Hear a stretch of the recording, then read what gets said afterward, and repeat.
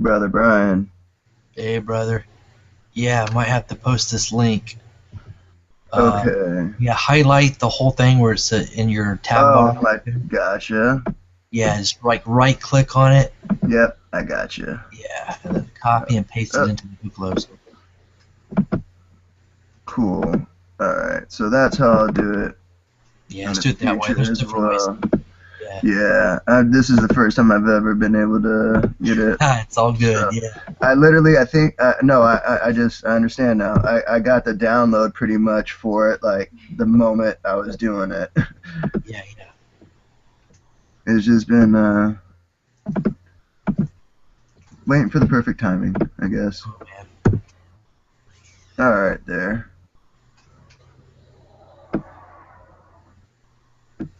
Cool, cool. Let's see. Now where did my screen go for it?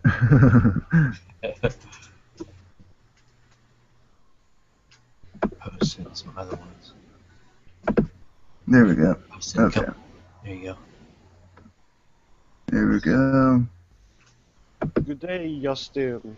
Good day, brother Gabe. No. No, no, no, no, no, no. Ah, yes, yes, yes, yes, yes. Never mind. Yes. I will take the beneficial energies from my Justin Bieber aspect. That's Yeah. what I'll do. What synchronicity, what Sarah told me was that she connected who were going to join our hangouts, and then she got Yo. Justin Bieber. I So we were remember her happy mentioning when that. he's joined just. And that's a synchronistic thing because that's something that I get a lot, especially from people that aren't from the United States. Like the South Americans and the European people that would come to Lake Tahoe to work would be like, "Oh, what's your name? It's Justin. Oh, Justin Bieber or Justin Timberlake." I'm like, all right, whatever. Yes, like that. Yeah, the person who said has had the name Justin Bieber. It must be other people who had that name, and then the name is completely ruined afterwards. Yeah, and some girl see Justin Bieber is coming, and then if that person puts on a list someplace like his name, and some girl sees and say to other girls, then it's like full of girl want to see Justin Bieber, but then it's Well, I have an interesting idea or something that came to me. When we get someone of like celebrity status or something that gets drawn to Hukalo, you know what I mean? Like imagine that scenario, imagine that timeline, you know? yeah, but I had the idea feeling of a rich celebrity that's going to fly us with a private plane to connect and meet up and do stuff with them. It's We gonna hang out with them. it's gonna be my homie Snoop and Wiz and Willie Nelson. Willie Nelson would be on track. Is Willie Nelson your penis? What? It sounds like a name you would call me penis. No, no, no. That's Thor or Mjolnir. Mjolnir. That's what the name will be. Mjolnir. The hammer of Thor. We should record this discussion. Oh, it is being recorded. Awesome. It's already done. Manifested. Already happening, bro. That's amazing. Switch my camera a little bit here. Yeah, I mean, Justin, what's cool here in Sweden is that the whole Sweden get to see the Northern Lights. Yeah, I saw your post that you and Hayan got to see the Northern Lights, man. Like half of Sweden, we only get it in the very north, but now we got whole Sweden almost That's cool. I just planted some Northern Lights in my garden. the Garden of Eve. Oh, we got Gordon back here. Awesome. He's back. The man behind. So I'm forgetting where we left off a little, but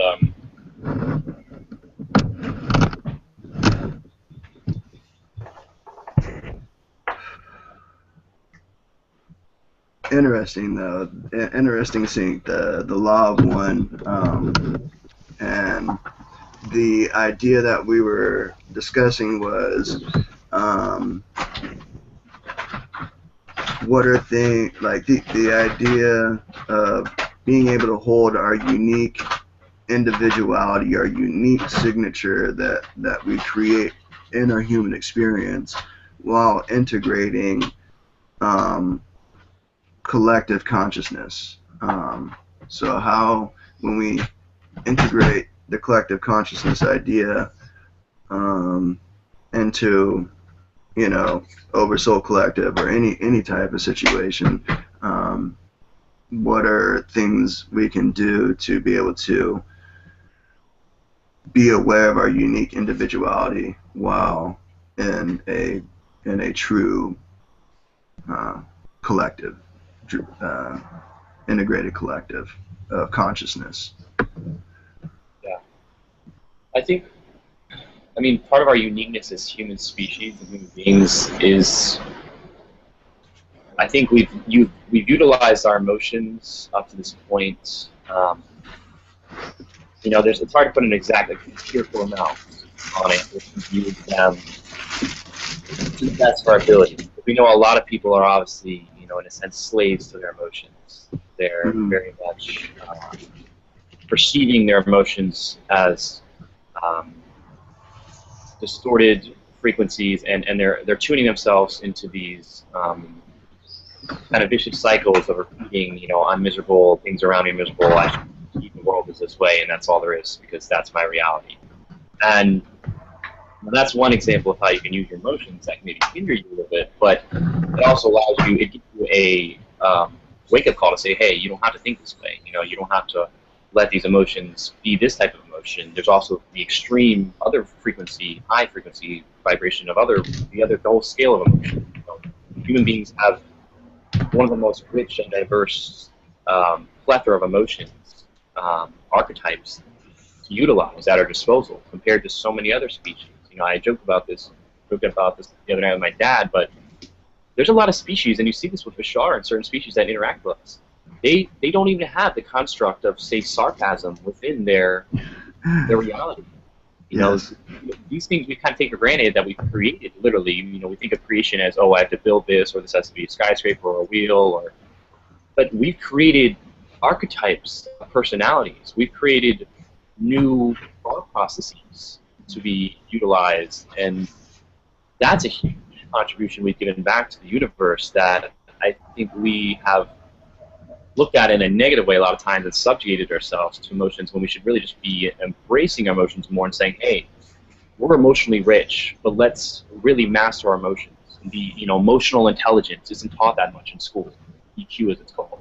It's more of cognitive intelligence and these very separation, as we know, based paradigms of thinking. So then you have people who are very emotionally numb if they become involved in military or something, and then they don't know how to truly utilize their vehicle, their human design to its fullest, because they don't know how to deal with emotions.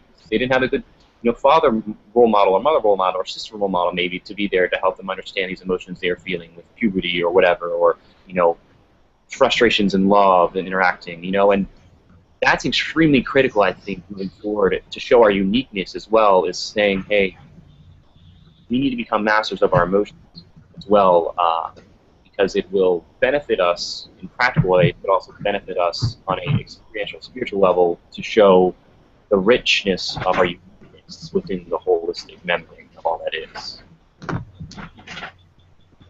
Yes, I'm reading, I'm finishing a book right now,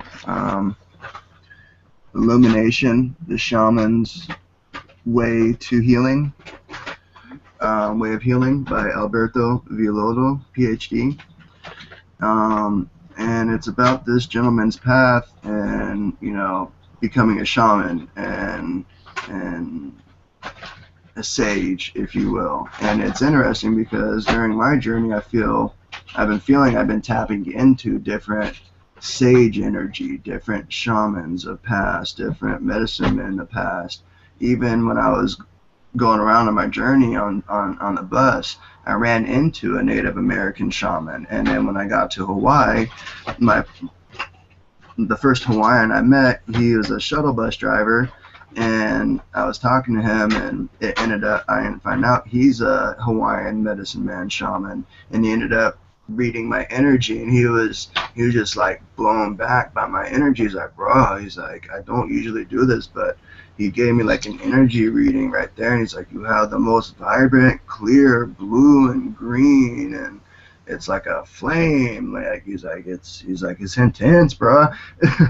He's like, he's like the motherland and spirit.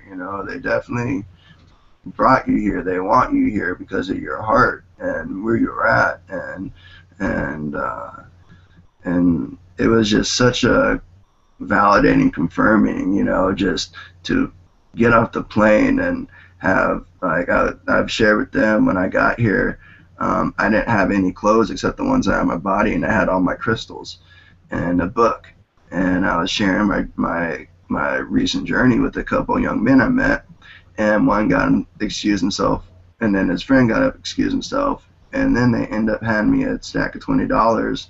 And they're like, here, we just really enjoyed you sharing your experience, and they're like, they're like, it was a real uplifting thing, is pretty much what they said, and if they could help me with, being able to,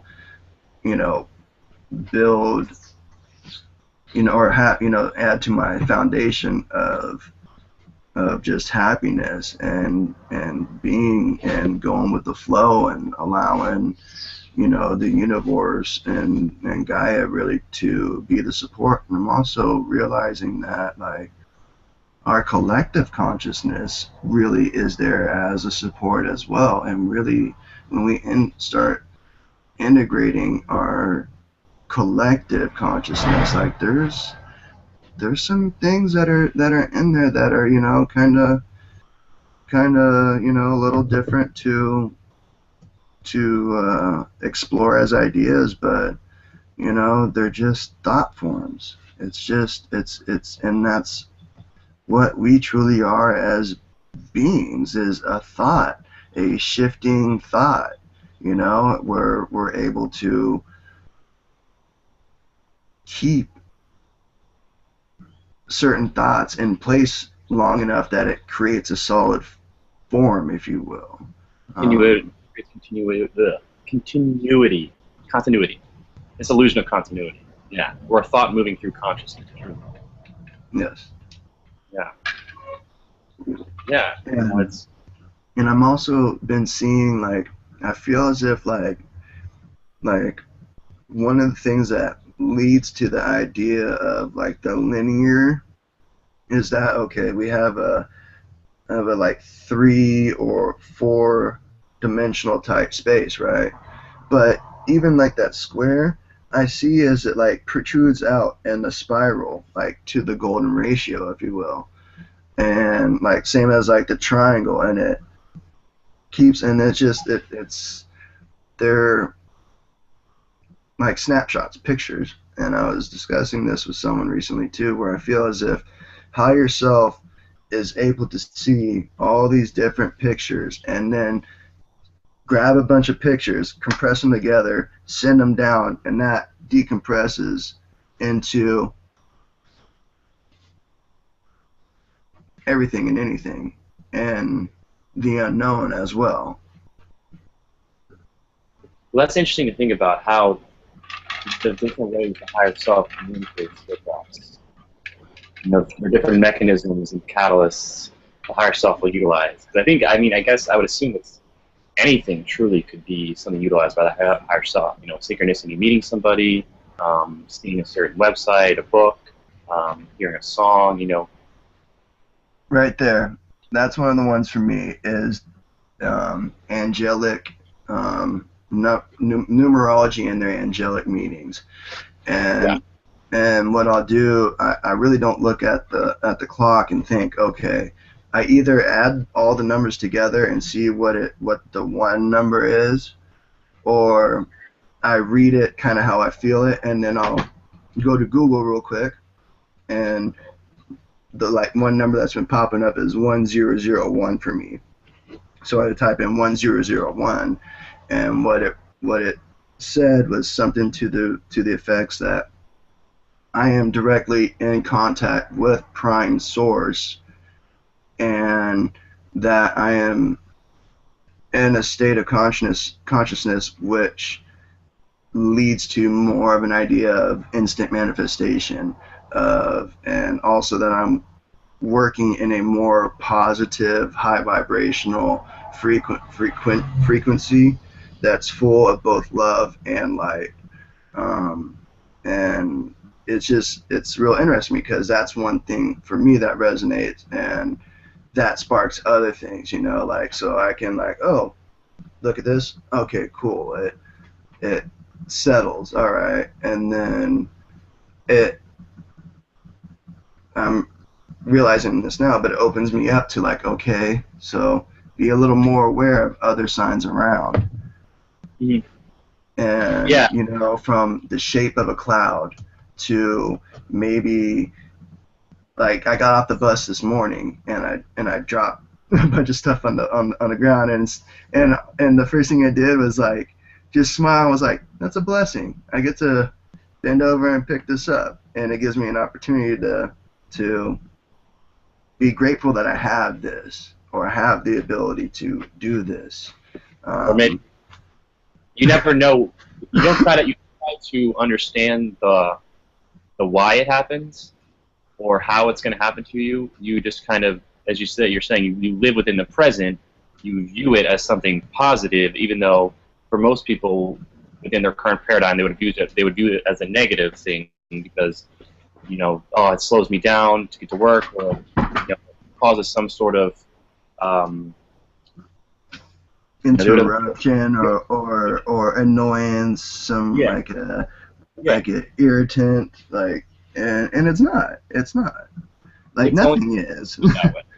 Yeah, it's only And maybe that stops you for that half second, so that car didn't hit you. You don't know the extent of how great these small synchronicities can be on impacting you, and the extent even what I'm realizing now too, that I have to change my awareness when I look more at synchronicities is, it's not only one event, it's a constant red trail or candy trail, cookie trail, whatever you want to utilize to understand that it's something that you're following your highest excitement along it, saying, ooh, another piece of candy, ooh, another piece of candy. And you're getting more awareness and closer to this end kind of, end sort of more. There's never an end because it's infinite, but it's allowing you to gain more and more awareness of a greater understanding of yourself and everything around you. And it doesn't stop at that one little event. It doesn't stop at that one little, sighting of the cloud or ET sighting. That just allows you to then say, okay, wait, now I've graduated from this level of awareness. Now I'm going from 4th to 5th grade. And to where, as you're speaking to me, you eventually are seeing, and it's constantly an instantaneous, more and more manifestation of constant, by allowing more and more of the confidence. There you go. Sorry guys, I was showing you there. I was just pouring my stones out of my water there. Very, very, very neat experiment that I was doing that I got away from, that I'm getting back into, and that's crystal essence, and that's where you set your intention with your crystals, put it in your water. The books say overnight, however, I understand I'm able to, with my intention, do it instantly. So the moment I set my intention, drop the stone in, and I stir it in a counterclockwise fashion. So I'm sending with my right hand energy, but the water I'm keeping in my left hand and counterclockwise. That way the water is receiving, and then it's just flowing more. And then what happens is the vibration from the crystals vibrates into the water, and as you drink the water, then it penetrates through your whole being, you know, because the water goes through everything to you, you know. We're 2/3 water beings, very much part of our essence. Yes. And man, I just been sipping on that water, and I could really feel the vibrations from it, you know, the added boost that it has, if you will. So do you have any sensitivity to like visual seeing orbs or anything of that nature? Because I'm curious. My buddy, he told me he started getting more and more visual of seeing these geometric patterns within just the construct. We'll see these geometric patterns of this, you know. I'm able to at will now, like secrete DMT from my pineal gland. Especially, I found a couple of binaural beats that really kick ass, at least in my experience, and man, to the point where it's completely recreating my DMT experience. Really? And adding to it, just expanding more onto it, and that's one of the really exciting things now is just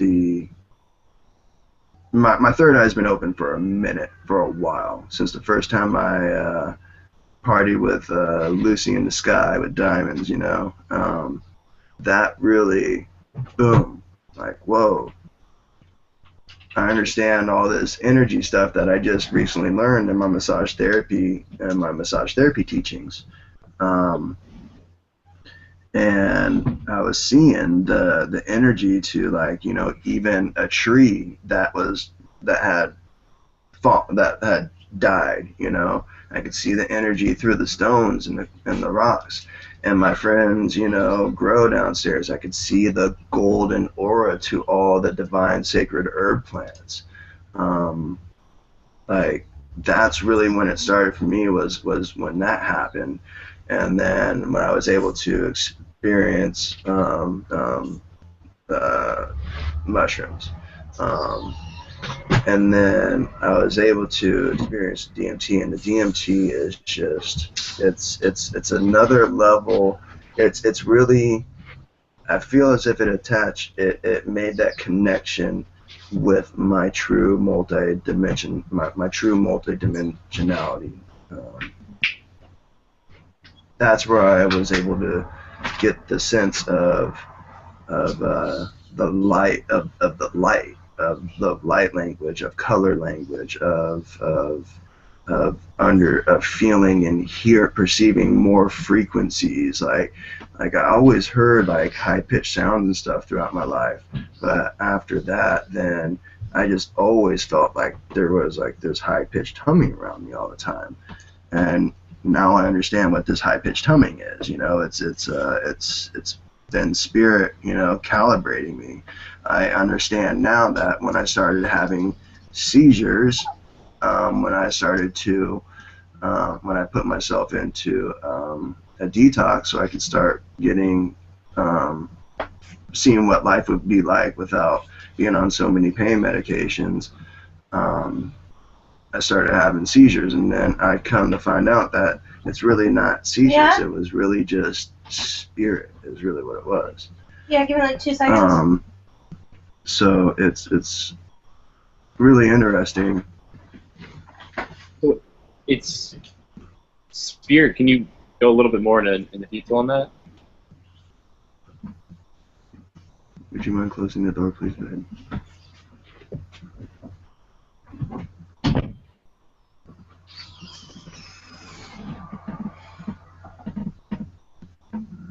Pardon. No worries. Pardon, guys. Try and let people know I'm doing something from this time to this time. Either way, okay. Well, on one of these, okay, one of the times I had a seizure, I just got in a vehicle, started the car, everything's fine, pull out of the driveway, make a left turn, black. My girl at the time was able to put the car in park, and right where it happened, right where we came to a stop in front of, was the house. That house, the person that lives there, was an EMT. So he was able to like start getting everything and was able to call us straight to the paramedics and whatnot and get EMTs and ambulance there real quick. And another time, we were walking out of the house, same thing, everything's fine, and then out of nowhere, complete blackness, and I take a head first dive through a coffee table, like wood trim with a big like 4-foot piece of glass, painted glass, and I went right through it head first, and didn't get a scratch, didn't have so much as a scratch on me, and it should have at least I should have at least got sliced up. I could have, jugular, eyeball. Like there were some really big shards around me that didn't even seem to touch me. It's almost as if it broke, and then it was nothing to me when I fell through it. And as time went on, I started to get the idea that, it's not necessarily like a seizure, because when I would go to the hospital and they do the EEG, it shows that there was no actual like seizure brain activity. Something was happening in my brain and my body that they were like, we're completely baffled. We have no clue what's going on. And that's honestly how my whole life has gone with like the doctors. Like I was born with 2 extra ribs and an extra vertebrae, and then in my left eye I was also born with 1 or 2 extra rods in my left eye, and rods are what allow us to see the different types of light or the color spectrum. Wow. You're almost born with the physical anatomy of a more evolved human. Or well, just I think we could all. I don't know, or it's different. I'm not. I don't even like evolution. No, I understand. I understand what you're saying, brother. Yeah. I think we're all equal in all rights, but you do. The facts are the facts. You have a different slightly different physical anatomy, but it's do you feel it's hindered you or benefited you? And it seems like it's benefited. Oh, most definitely. It's something. Yeah. Naturally, something that helps you benefit more and more. You grow a tail or you lose a tail because it's beneficial. So, I don't know. We don't know exactly all of and you're probably the best person, but exactly all the benefits of the ribs and various things, and are going to continue to find out more and more, I'm sure. But it was interesting. The Sister Monica, one of the new members, someone found the Jay-Z Knight article about the DNA thing. Yeah. Well, I shared with Hukalo that during meditations I was witnessing from around May. That's when it started. I would see my DNA strand go from the 2-stranded to, I saw like a 3rd one coming in. And then I saw it shift to like a 4, and then to a 6, and then I saw it shift to a 7, 8, and then from there it jumped to a 10, and then it stopped at a 12 that looked almost like a braided rope. And then I started to see it with like diamonds interlaced like in it, and then at the top and at the bottom. It was an interesting. And then to have that article come out to support that, in channeled state, that there's even down to the DNA level something going on, Yeah. And this is just something I just was like, I just intuitively stumbled onto it in my meditations, and it's really neat now. What I'm getting at is neat that science is really able to validate these things for others out there, so it doesn't seem so out there. It makes it more tangible here, and that's what I'm feeling the idea in the moment. What It's truth is like tangibility, and we Justin. create the truth. Justin. It's really bringing the verbiage, how you speak, to really connect with other people in that way, that the way that you really wish to. It's really connecting to them at their level, bringing down an energy or something where they can understand it. Talking in metaphysical ways is sometimes for us, it is struggling because we're trying to connect to them. We don't want to push them away, but yet we have to come to a level where they can understand it. It's really trying to use their words also at their vocabulary in a way that they can grasp it and appreciate it. At their frequency, literally. Yes. At their frequency that's level. a challenge. Yeah, and that can be very challenging. And that's uncomfortable for certain people if they're at a higher frequency or a lower frequency. It's like literally changing the channel on the radio or TV, and you don't want to change the channel. It's changing of your frequency, and if they don't want to, they're not going to change their frequency. You'll see them be stubborn or say, "Nope, I don't believe you," or I'm not willing to bring that within my paradigm or my frequency. And that's always their choice. And it's all about going to the source and finding out for yourself. But physics-wise, literally, it's as we're speaking to, we're just a thought moving through consciousness. We're just vibrating at different frequencies, at different vibrational levels. And if somebody's at a different frequency than you are, and you're talking to them at only these high frequencies of certain consciousness speaking, or if you're only speaking to them at very, very low, primitive, eat, sleep, food, kill, punch. Ooga booga, ooga booga, unga bunga. That's the reality. That's how they receive it. It's very much, that's how animals think. And second, in first density, it's without their. My granddad did a lot of science behind this at UVA. He was a doctor for 30 years, but he also trained dogs for 30 years, and he did this whole book on comparing human beings and us to chimpanzees, 99% DNA, but also animals, and the key difference, being self-awareness, seeing yourself in the mirror and realizing that it's not another dog or another animal trying to attack you. It's yourself looking in the mirror and realizing I have a sense of self, which is so important for any entity to take on. Dolphins actually like watching the mirror. Dolphins have sex for pleasure. Dolphins actually consciously rape. It's interesting. Well, dolphins, whales, they are self-aware entities. Where they've done studies now where they directly empirically show dolphins are self-aware themselves in the mirror. They're doing flips in the aquarium.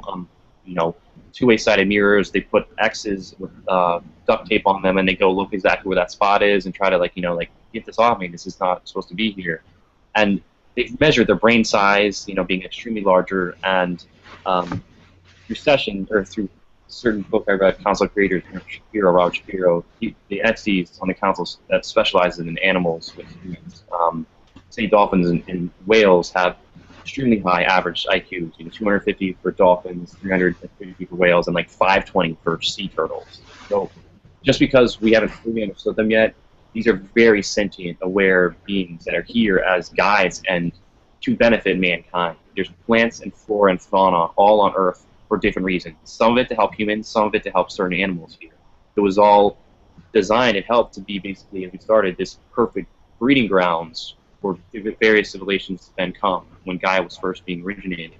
And everything has different, purposes that are unique on their self. One being mosquitoes. People always say, why do we have mosquitoes? There's no purpose, all these things.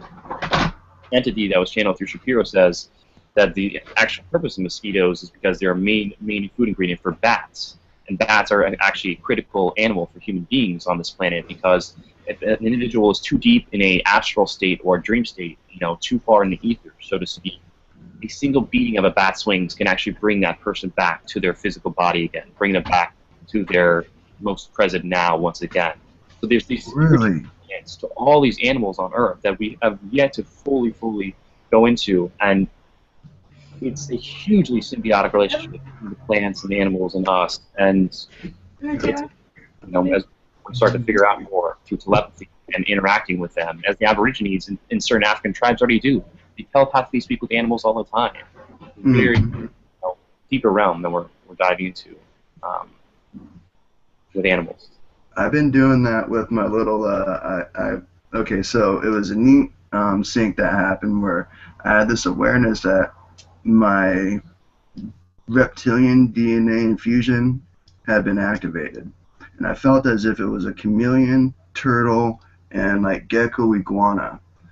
Well, my buddy, he goes by Brother Bear, Brother Luxor Bear on Hucolo. He did like he has an animal tarot card deck, and he did it, and the very first card he pulls, and I didn't talk to him about this, was the chameleon card. Yeah. And then like the last one he pulled was like it was an iguana card or something like that. And then I was in a hangout with brother Nick Vancho, and when he was channeling, that's where one of the beings that came through had mentioned that they felt it, they perceived it as a chameleon, turtle, like gecko, triple reptoid infusion. That was like a neat sync, and this chameleon and then I found this chameleon like the next day, like when this was happening. I'm forgetting the timeline even. It just is all just a timeless experience now to me, because now like I caught a chameleon, a three-horn like full-on chameleon, and I got geckos and stuff that just climb all over the house and around my garden and whatnot. And yesterday when I was out in the garden watering, I saw my little chameleon buddy. Even meditated with Brother Bear and I, and told Brother Bear and I his name, and his name's Lakura. So yeah, so yesterday I went out, and when I saw him there, I began to squat down and began to go into my heart space and to connect, because I notice Lakura, when he's wanting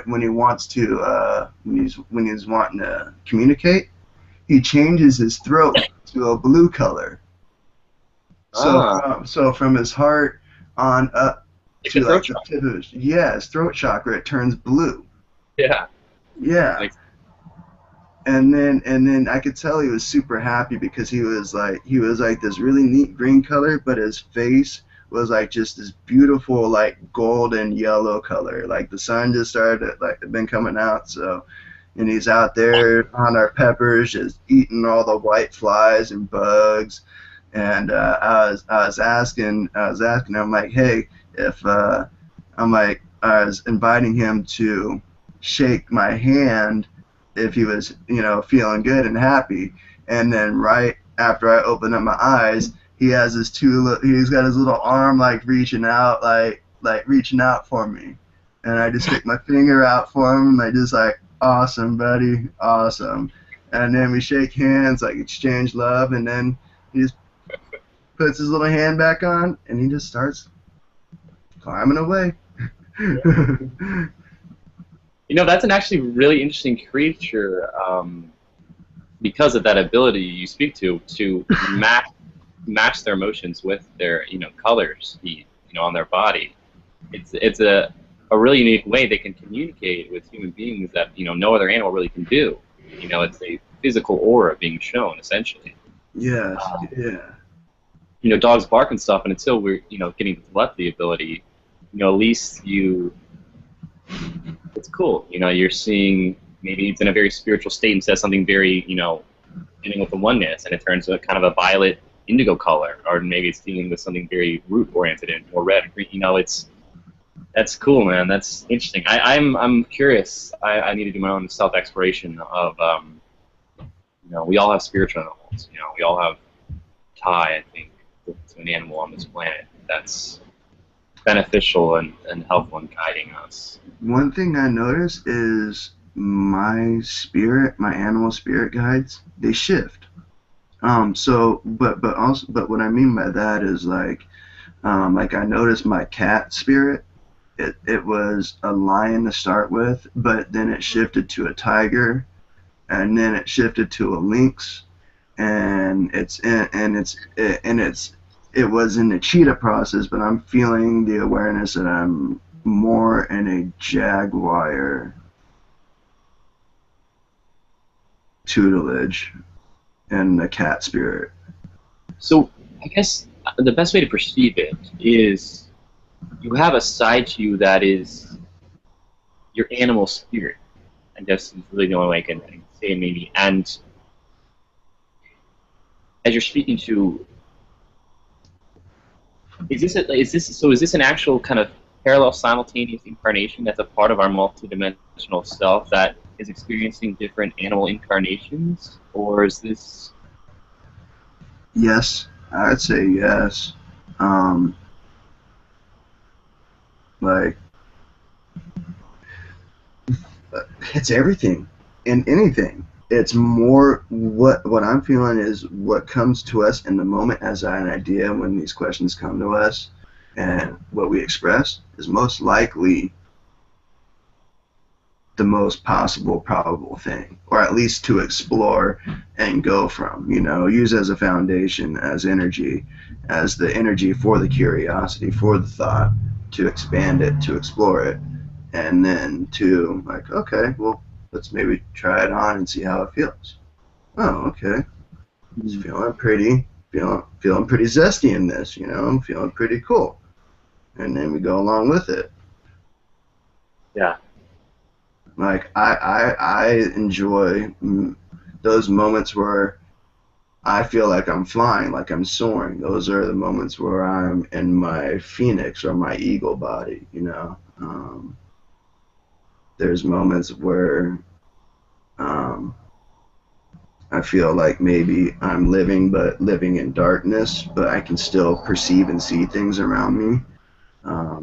There's creatures like that live in the night, that are able to see things in the dark, and that's also interesting for me right now. I'm becoming aware of in the moment is that I have a ability in myself. I don't have night vision.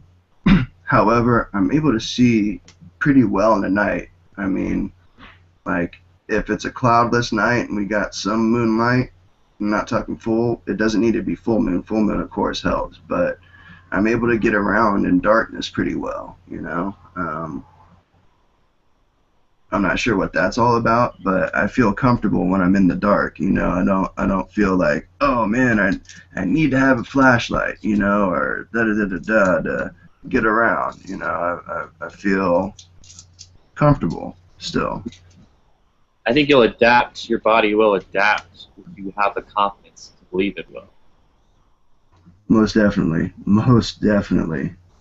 That's a big one, and that's one thing that I grew up like having, a lot of, just mainly because being involved in sports and on team sports, our teams were always really good, and it was because we all, played our positions, and we trusted the other person next to us, and we trusted in their abilities, and it was neat, it was a neat experience. So I mean, I've had some experiences in life that really just, when it came to, like, actually beginning using, like, tools of ascension, spiritual tools of ascension, and really starting to, like, incorporate a group consciousness idea, it wasn't that far out there for me. It didn't feel like that foreign. It felt real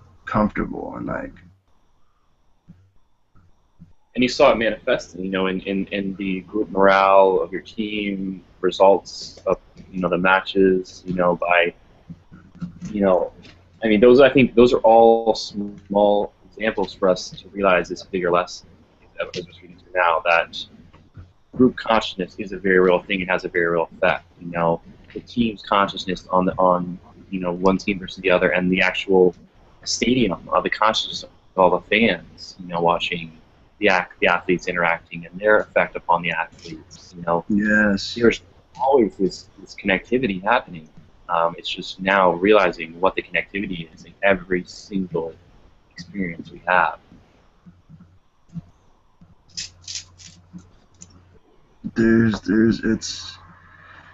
it's such it's such an interesting now moment to really have chosen to incarnate.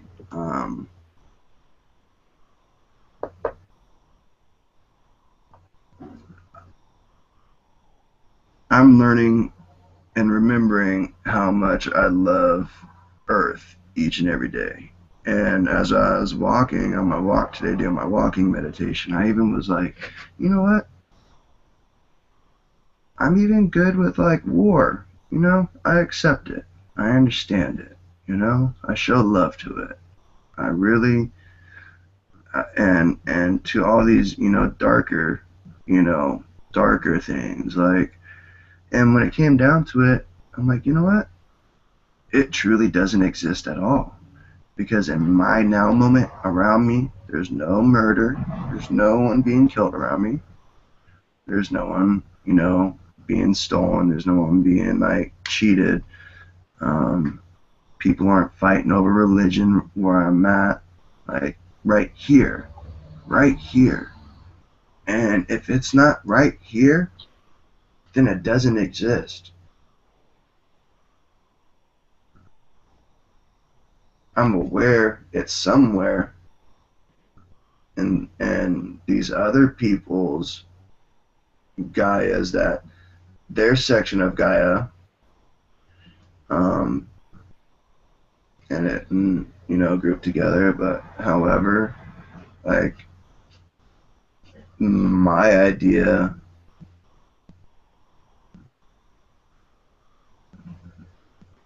is more resonant, and it shows in that everything around me is peaceful and serene. I'm able to have a completely open spiritual conversation with anyone I walk up to, and having less people have like a heated interaction. It's all mine have been just a real sharing of ideas, or if anything, I was able to share my ideas and my impartations and open up their mind, open up their heart to a more holistic, and maybe not so fear control based, like wow, like this young man really brought a different, understanding to what I learned my entire life growing up,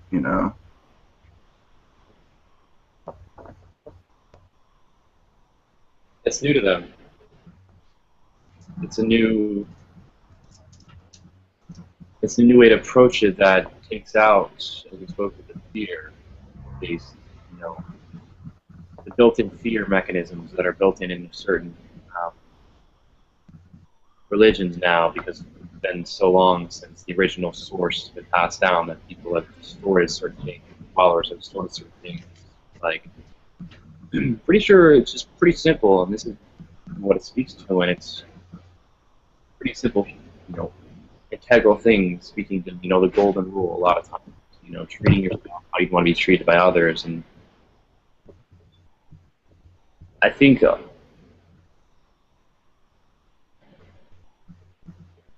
now more than ever, people are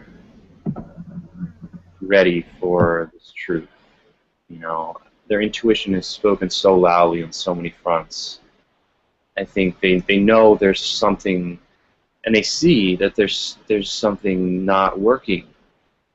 It's not fully regenerative. It's not fully healing and holistic thinking. It's not sustainable. These aren't working in a lot of ways of thinking, and they don't know necessarily the answer yet, but they know there's a distortion within the energy of Earth, in all these different fields, and it's people who are willing and open to provide them with possible new solutions and answers, and that comes from this awareness that we've been fortunate enough to learn from ETs and Law of One and various other sources, benevolent sources of, yes, there are these distortions, and yeah, it's fine, you're aware of them, and they've been created because of these variables of polarity and misinformation and blah blah blah. But now is the time or never where you can change that, and you are the creator of reality with this awareness that you truly are your own creator.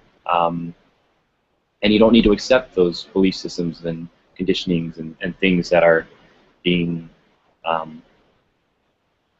very much pushed by a lot of the media to make you think that this is happening, to make you think that this is, whenever you turn on local news or major corporate media, it's basically designed to make you think that there's always murder, fear, war, some sort of fear-based mechanism happening somewhere. So then that becomes your reality and your conditioning. And when you step back from that and say, you know what, today I'm just gonna step back from technology, or just maybe only have my phone for emergencies, and you start to realize that's not around you. If we're speaking, as you said, and you can even get into semantics of where exactly you're geographically located, but for the most part, it's not directly involved and in front of you. You don't need to keep feeding into that illusion that that's constantly going to keep happening, and that is the majority of what's happening on Earth is violence and negative things, because the majority of what's happening on Earth is cooperative nature between animals. The animal kingdom is cooperative by nature. Human beings are loving and kind all over the place by nature and doing incredible things for each other all the time, but it's just not given the boosted the awareness through a media mechanism or something, but it's happening. It's just where you choose, to place your energy, and there's definitely a difference between being aware of something and choosing to believe something and have something be within your reality. And the awareness is important to give you gauges and tools to then say, okay, what do I want to be my reality? Because we truly are creators when we create a reality, when you really get down to it. Quantum physics says this, as much as spirituality. But do I want that to be my reality? That awareness, I get it. No, I'm good. I don't need that much power. I don't need to manipulate people. I don't need those things, whatever, And for the most part, I think 99% of people on Earth would say that they don't need that within their reality. That's not going to benefit them to be extremely service to self and extremely, service to self at the expense of others. So it's just getting people to have confidence to believe, there can be change directly affected by their thinking. There can be a change manifested on a collective if more and more people gain this awareness and gain the confidence to believe that their voice does matter, that there can be an exponential kind of snowball effect as more and more people tune to each other's frequency of more holistic, loving, regenerative thinking for this planet. And it's important about awareness and where you place it and then what you choose as your reality. 100%, yeah.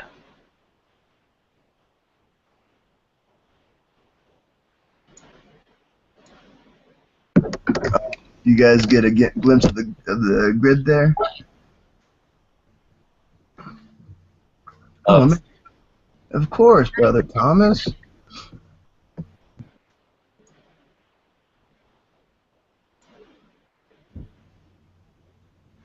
Did you guys see the grid there? Oh, I missed. I had a different page up. I was looking at the law. Okay, hold on.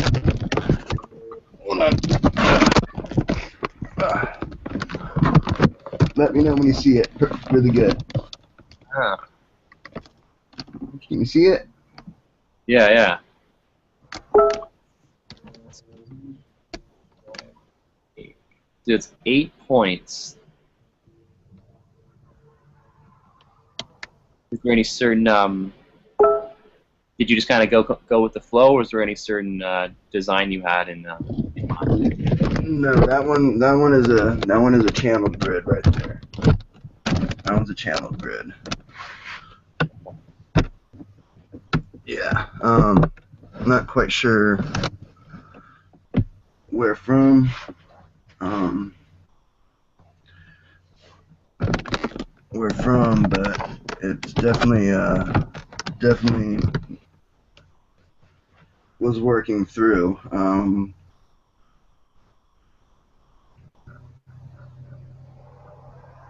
do they then, once they're channeled obviously for a certain intent or purpose to then provide some sort of benefit for you?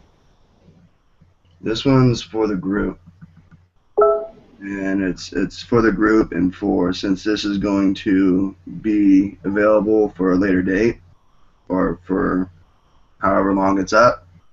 Mm-hmm. It's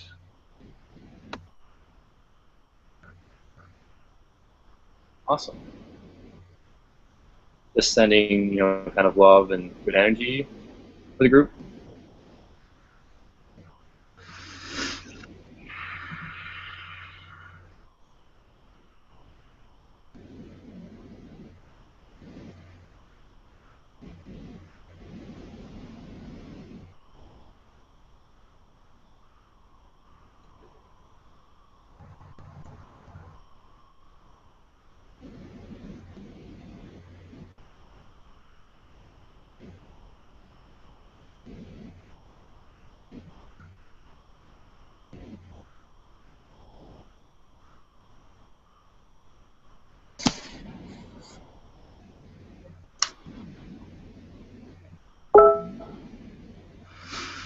yeah,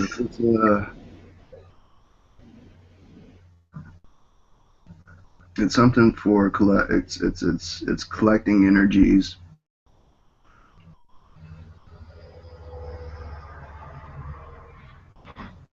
Wow.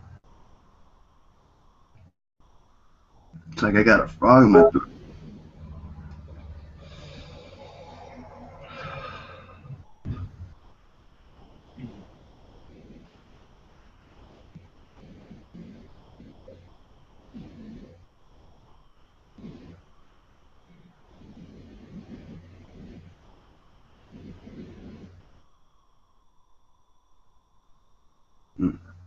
Let's hear.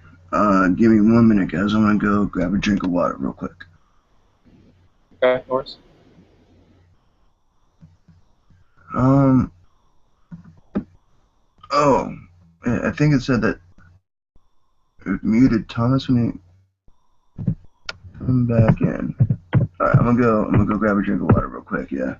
A lot of energy's coming through.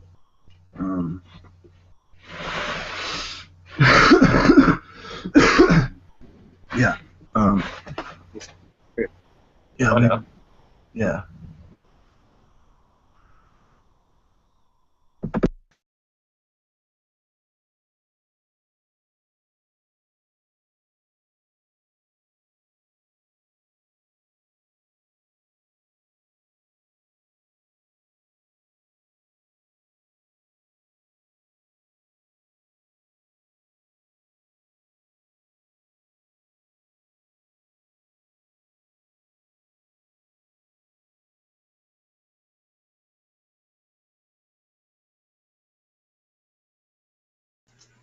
We are live. Very cool. Live. And I think I'm gonna get myself limbered up, a little more neutralized. You guys are open, I can put out the intention, see if anything wants to come through, hang out. Yeah. Yeah, if you, Justin, if you want to sing a song, we'll listen. Or give some wisdom, that would be nice too. I'll sing Row, Row, Row Your Boat. I love your rendition of Row, Row Your Boat. We can all sing Row, Row, Row Your Boat. There you go. Channeled wisdom songs. Isn't that what music is in general, though? Yeah. I mean, you're channeling something. I think music is definitely Yeah, because when people channel music, it's more either or both. It's like it's a part of an aspect of themselves, like a projection of themselves, an extension. There you go, an extension of themselves, and what their feelings or emotions, or it's like they're tapping into the collective. They're going with the flow. It's their self-expression of their creativity.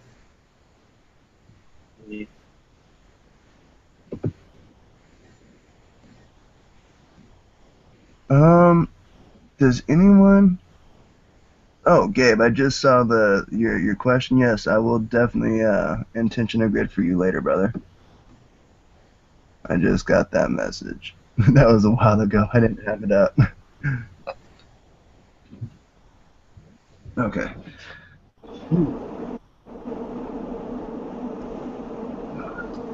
Last time I feel like we should. I feel like we should sing "Row Your Boat" now. All right, Justin, you want to begin, or you want me to begin? go ahead. All right, have it off key a little bit so it sounds like a harmonic, you know. So I can start, and then you guys can start. So it'll be slightly off.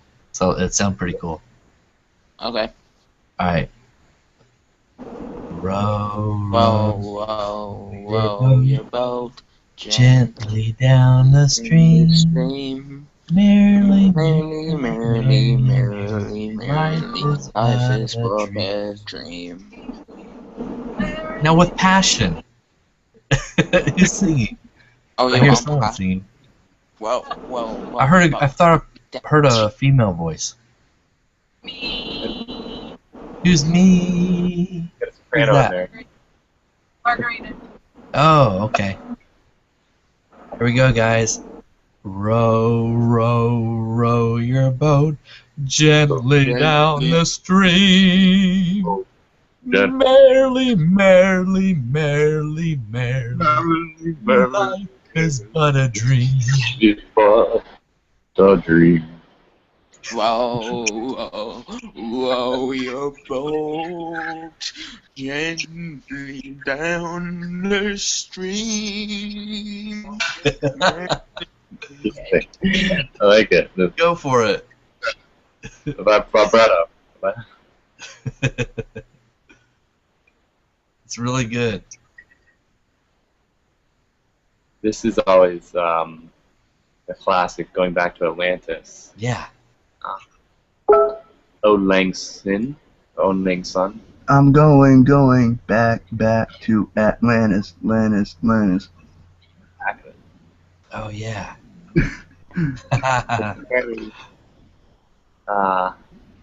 What they sang to bring peace to all the souls of Atlantis, so that there was no scarring upon their souls as Atlantis was sinking, and they would actually, the priest class, you stayed behind and actually sang this,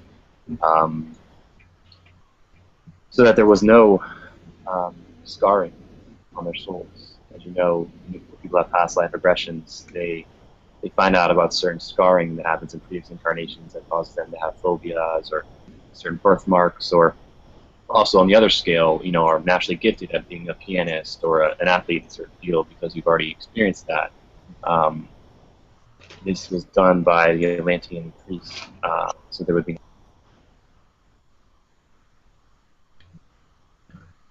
What happens when you get a Atlantean body with a Lemurian soul?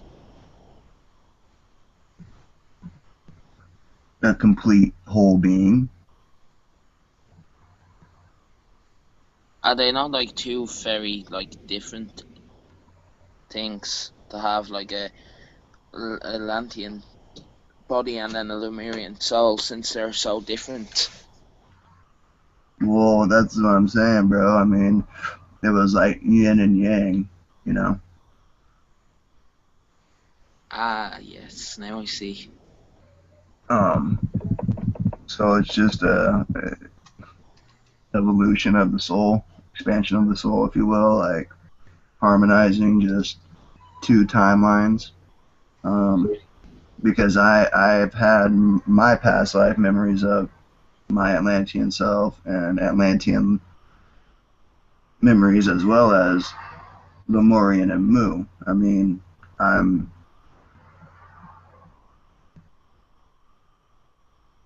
back at Mu, you know?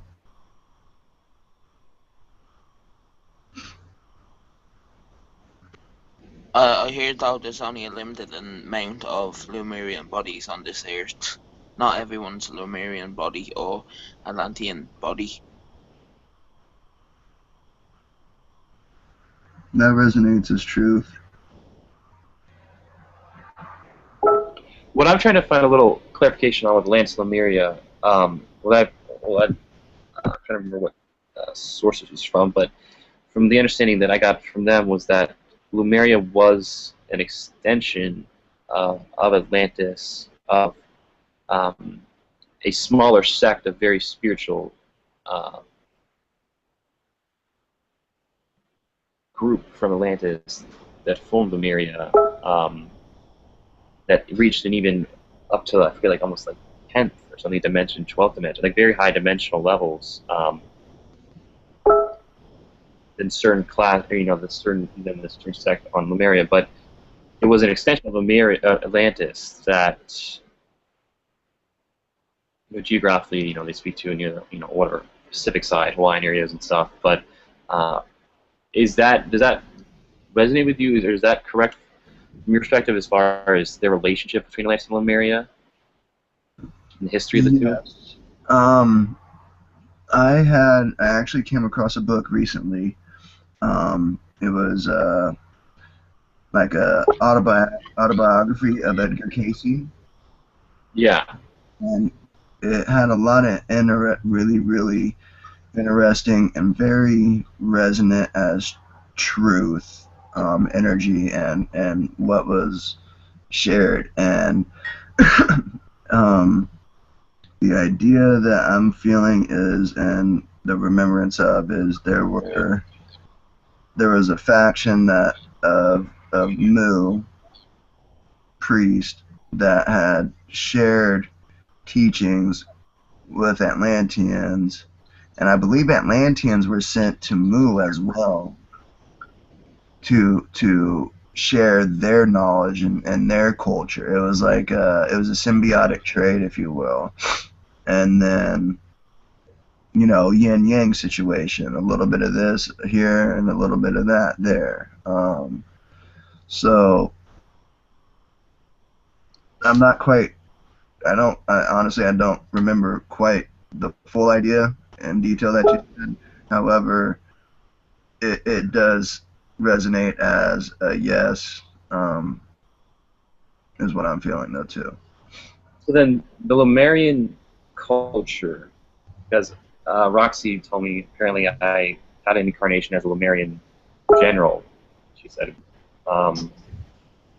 What was the culture that because that really resonated with the Lemurians? Basically, they separated, well, they were an extension of Atlantis because of a certain difference in belief. And I think it had to do with basically free will, and how much you should infringe or not upon. Basically, if you should allow something to be of its total natural order or benevolent guided. I'm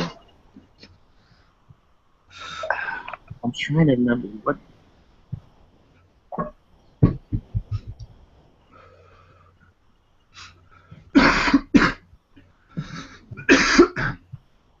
Does the Lemurian culture still have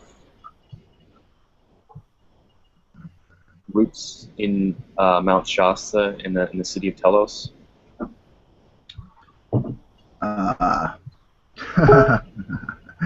Oh man. Yeah.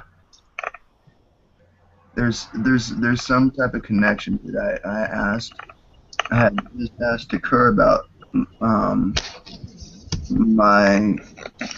my awareness of connecting Mount Shasta, the first chakra of Gaia, with the heart chakra of Gaia here in Hawaii. And it also had something to do with the energy that I accumulated while going through the supervolcano. There's something to do with it has something to do with me creating A linkage in a way? Yeah, a linkage, because the Mount Shasta is a physical manifestation of the violet flame, and emanates the violet flame, and Yeah. it had something to do with me connecting the first chakra of violet flame, the manifest of violet flame, into the heart chakra of Gaia, so as to allow the violet flame to be transmitted through the shift into the crystalline diamond ray grid. You're creating a grid, dude. That's what you're doing. You're a grid maker by nature. It makes so much sense. And Takur also informed me a long time ago that I have the rare ability of being able to create, like, manifest vortexes, portals, stargates. Yeah, dude, it's a lot's coming into me now, like, too really thinking, but like, I really resonate with the fact that you gained a surgence of energy from the supervolcano, and you use that basically as your starting huge energy boost. You're creating a grid in a sense through Saint Germain's help at Mount Shasta, who was the Violet Raid, basically, main pioneer handling that. And my buddy channeled Saint Germain when he was in Shasta recently, and basically he showed him the doorway to the city of Telos and the Telosians, and the people of Lemuria who are waiting there and have been waiting there in these, to basically help us once we were ready for it, as far as not infringing upon free will. That part of your role I'm seeing is connecting that grid and that membrane, that linkage to be made between each of Gaia's chakra points. So, and I'm also anchoring in a manifested version of the 8th through the 8th, 9th, 10th, 11th, and 12th rays and higher, if you will.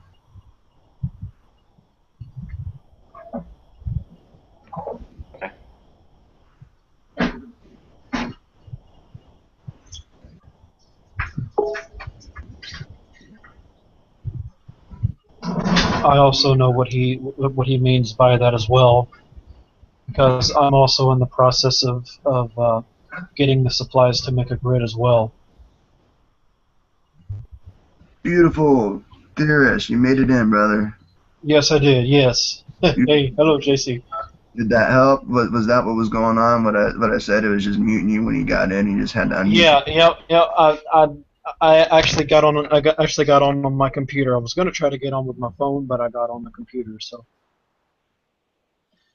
I'm totally blind, so I got to kind of work that out a bit. So I got you, brother. I'm just.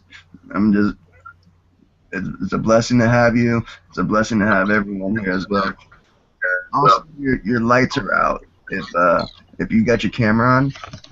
Here, hold on. I'm gonna switch on the lights. Hold on a minute. And I'll have my camera back on in a second here.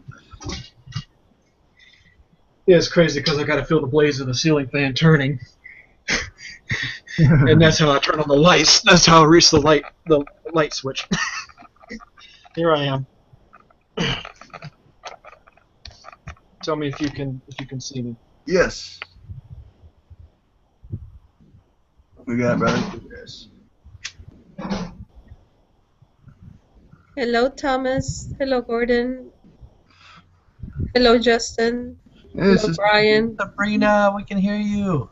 Yeah. There we go. Hello, Thomas. Yeah. It's probably my Thomas, first time saying just hello. so you know, this is live, so it's being recorded. Right. Oh yeah, I know.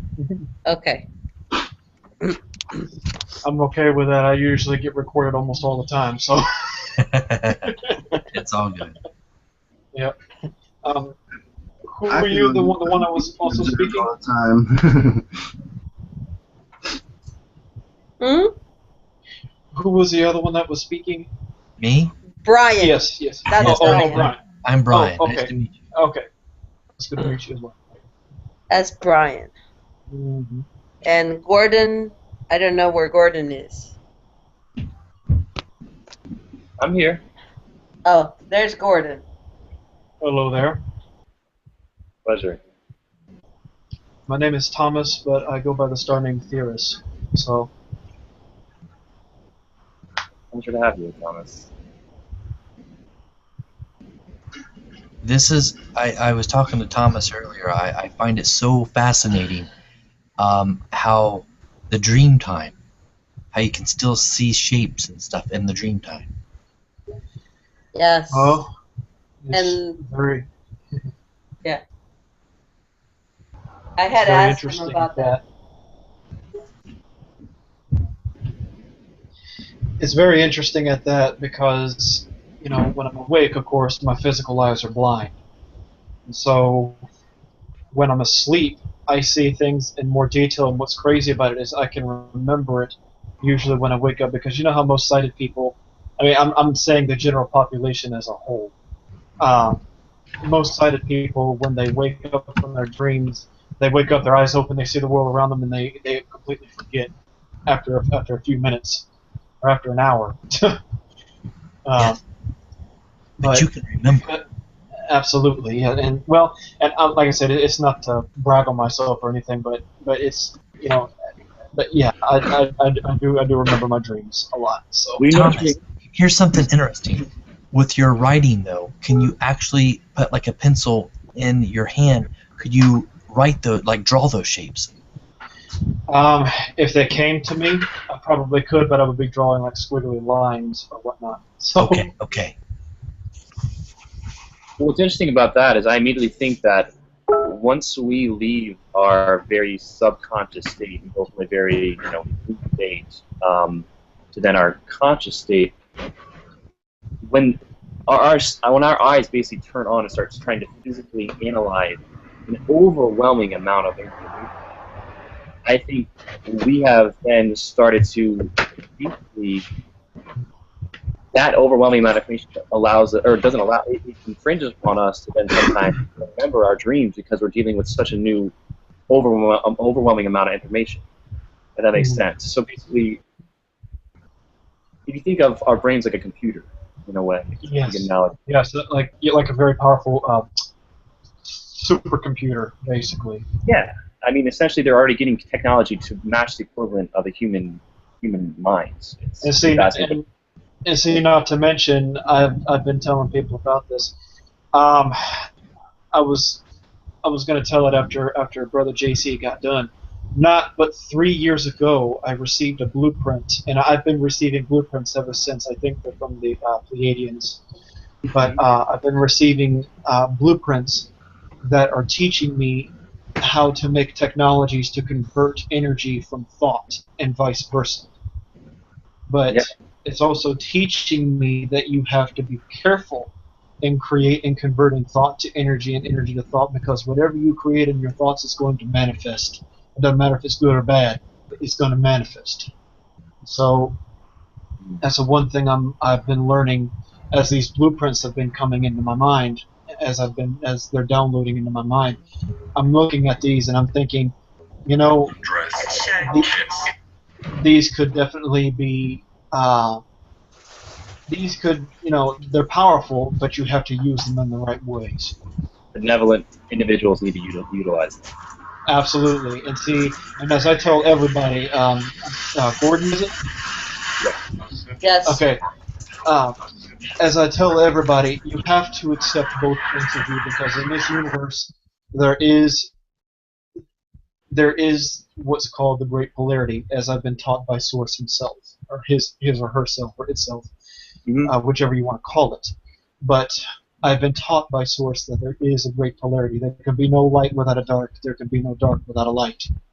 And, you know, same goes with love or fear. There can be no fear without love, love without fear. That's the way it is here in the physical universe. And so that's why it's good to accept, it's good to walk in the middle between these and accept them, but go for one or the other, in my opinion. You know, me, I go for love, to be honest with you. I aspire to live within the light. You know, but I also aspire to keep balance between the two. So here's the kind of thing that I see is, because this is really hits on something that I've been really trying to, the universal question, or the universal challenge we're dealing with, is what you're speaking to is polarity.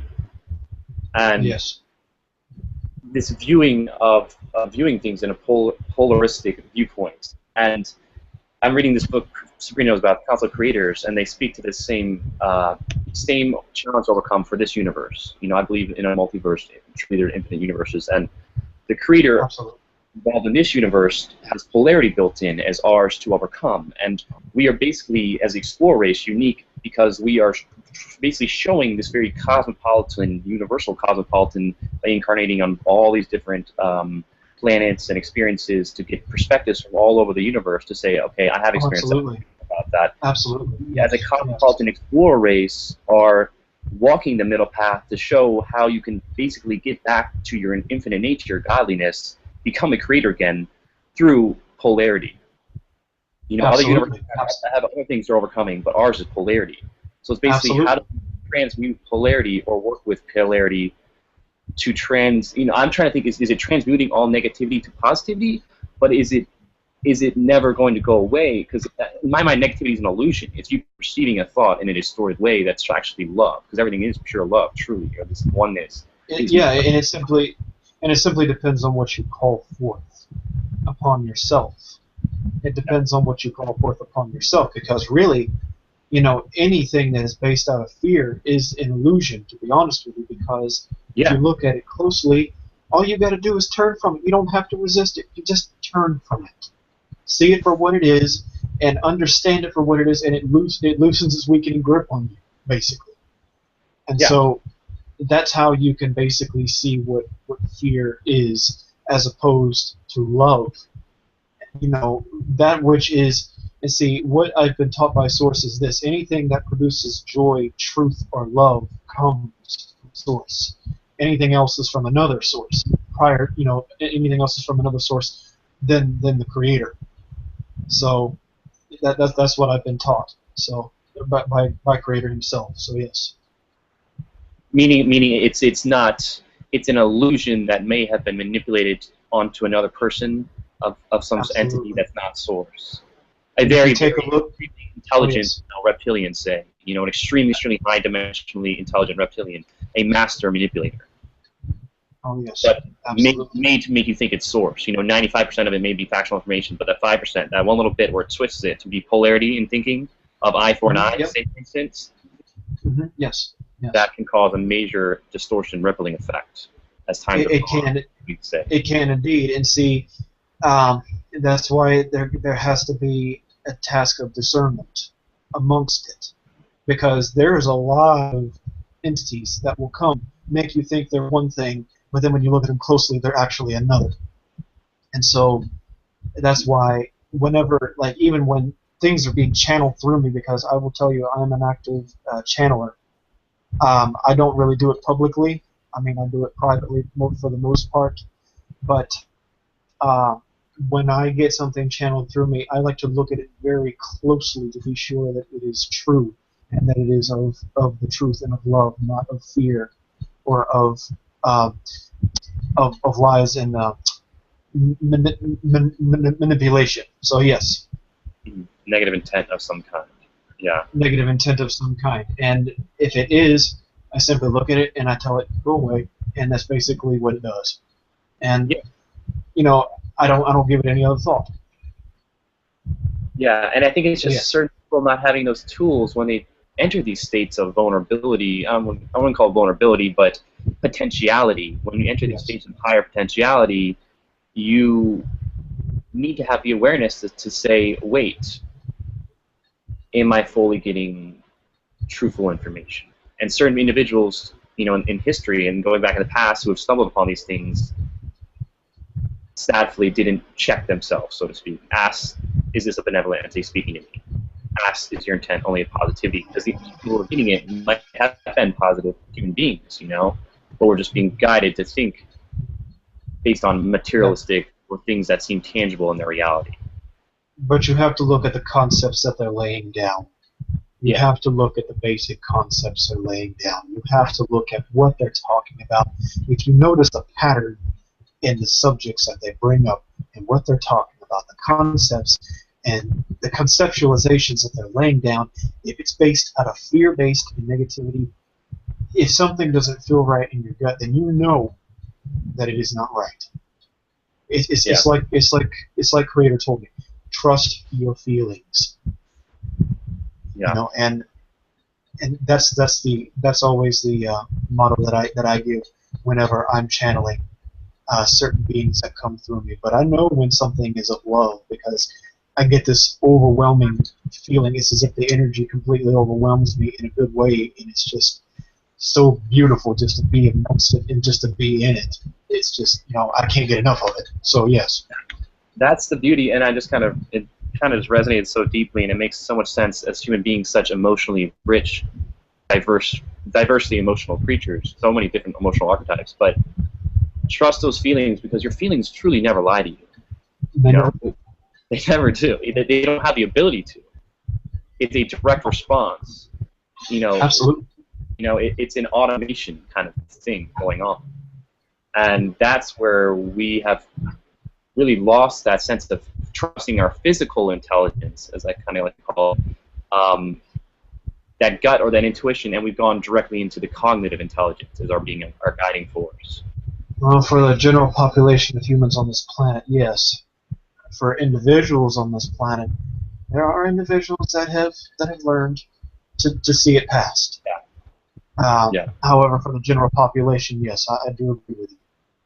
I think it just, if we create the structural foundations that appeal to what we're speaking to, the emotional intelligence being key, and these things of allowance and following highest excitement, it will. I know that humanity can have an extremely amazing turnaround from where we currently are once we put the structures in place to boost people's energies in these lines. It depends on what they wish. It depends on what they call forth. It depends on what humanity as a whole calls forth.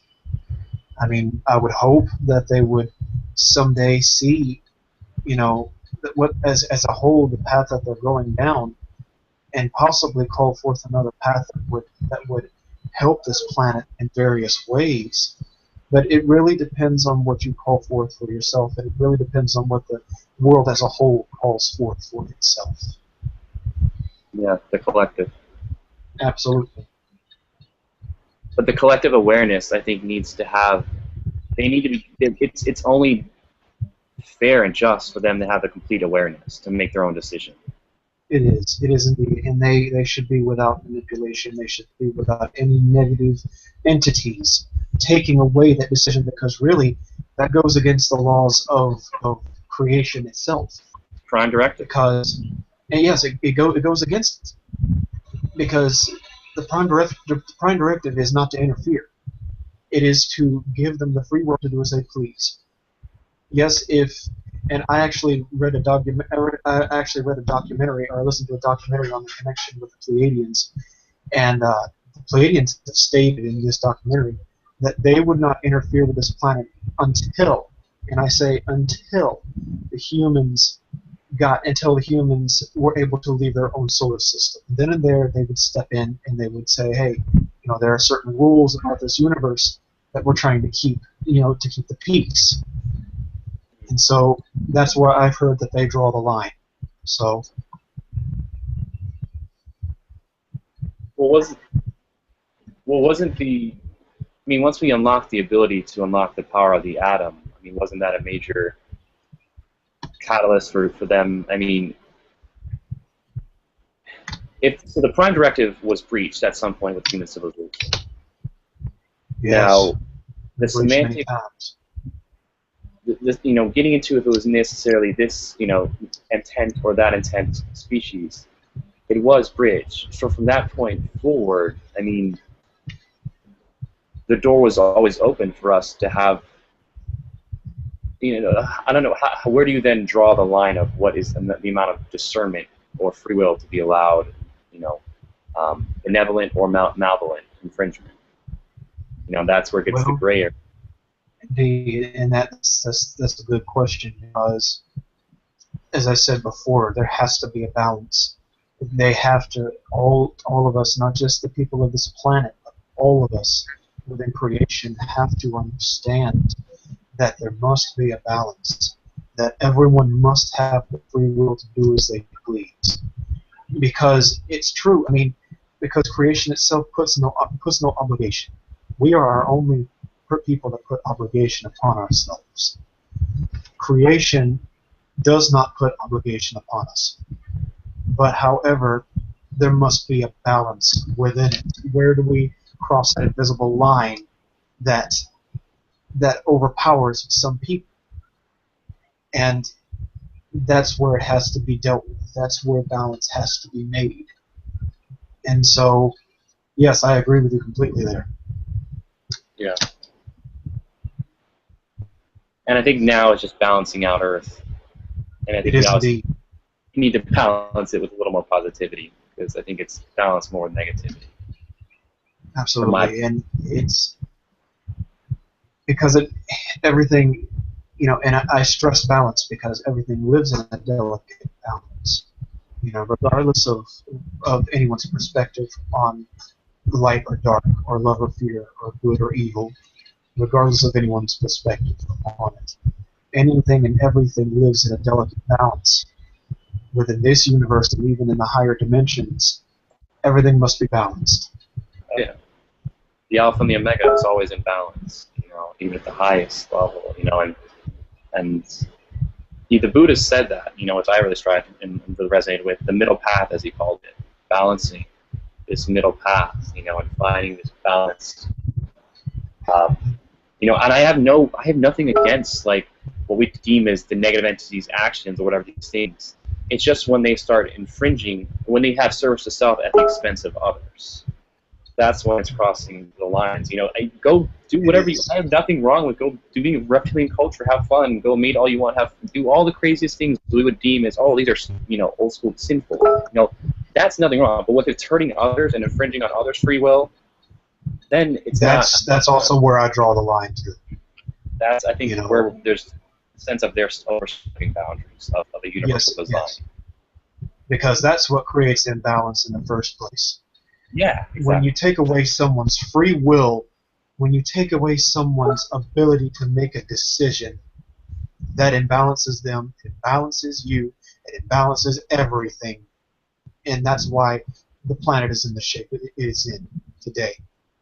Because, humans of this planet are under the illusion that they need to be controlling, that they need to take people's decisions away, that they need to, that they don't have free will, and that's not true. And it's our job. I think if we teach them, we must be the ones to teach them that hey, you do have free will. You always have had free will. You just never knew it. It's important that we all show them that they have the ability to make decisions. By being yourself, right? Indeed, by being yes, that's very, very true, Gabriel. Very true indeed.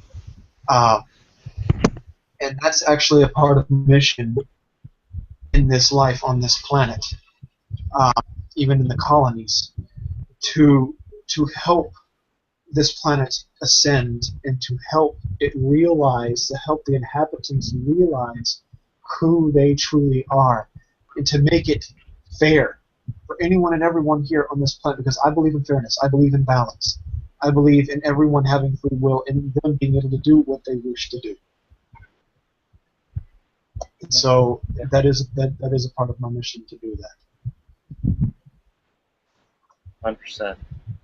And I think that resonates extremely deeply with all of us, and I think it'll resonate deeply with anybody once they have the full awareness and hear that perspective, because it's one of just complete equanimity, it's one of complete balance, it's one of you are allowed your total freedom and I'm allowed my total freedom, and we both win. Absolutely. So Absolutely. Where's the logic to say no to this? Well, yeah. I mean, really, it fits any way you look at it, to be honest with you. I mean, I'm not vouching for my perspective. I'm just saying it fits any way you look at it. I'm saying objective. Come at it from an objective standpoint and tell me how this objectively doesn't work in an efficient, synergistic way. Absolutely. Absolutely. And see. So do you guys want me to play devil's advocate here? Okay. Sabrina, you can sing a song. Well, my pastor says. Go ahead, Sabrina. I love it. I welcome it. this is how you guys. Okay, so how do you not infringe about somebody else's free will without, let's say somebody likes to, I don't know, hit people, just as an example, right? That is what he likes to do. Okay? Now, by you stopping him, are you infringing upon his free will? That's the question. My understanding is that you can never infringe on someone's belief system. Whatever happens is the thing you believe in.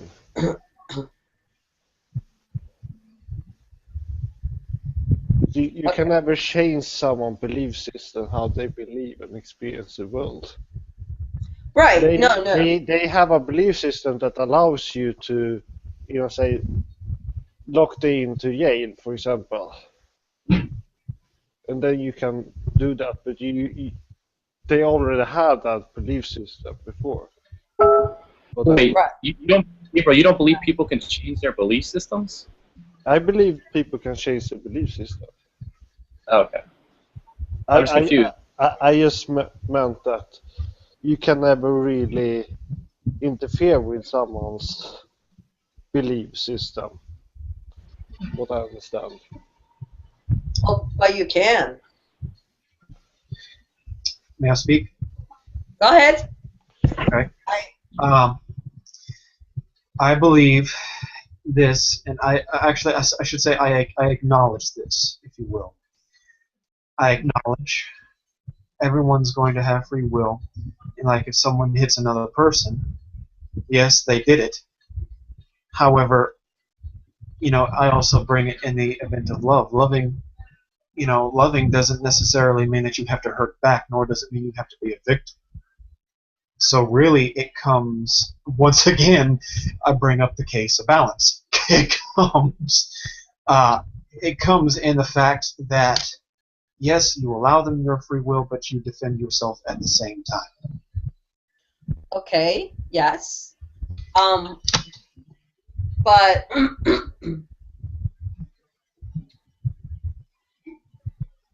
the question is, and this is where to bring the balance. How do you know? In other words, see, my thinking has always been that your rights end where mine begin. But how do you balance that? How do you balance the right of the person who wishes to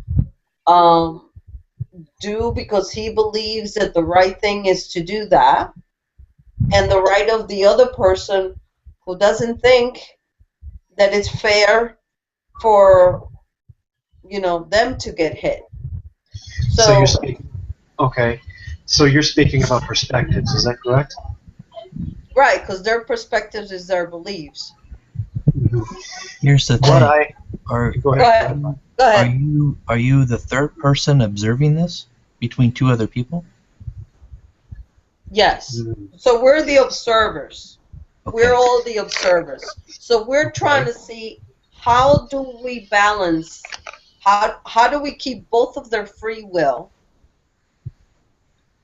How do you not infringe on either one? Yes. Society will say if they're in danger to themselves or to others around them, that you have the right to interfere. Okay, that's no, but not society. Us, in our ascension, in our new way of thinking. Free will, free choice, staying out of others' affairs, letting go of the attachments of your need to interfere.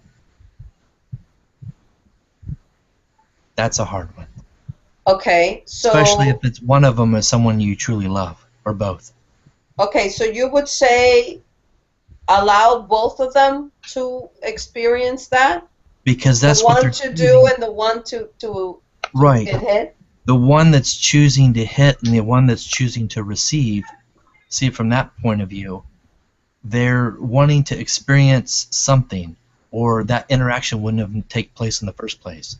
Okay. So there's something that they need to learn That's within a good point. themselves, and they're choosing those roles, they're playing the role because of what?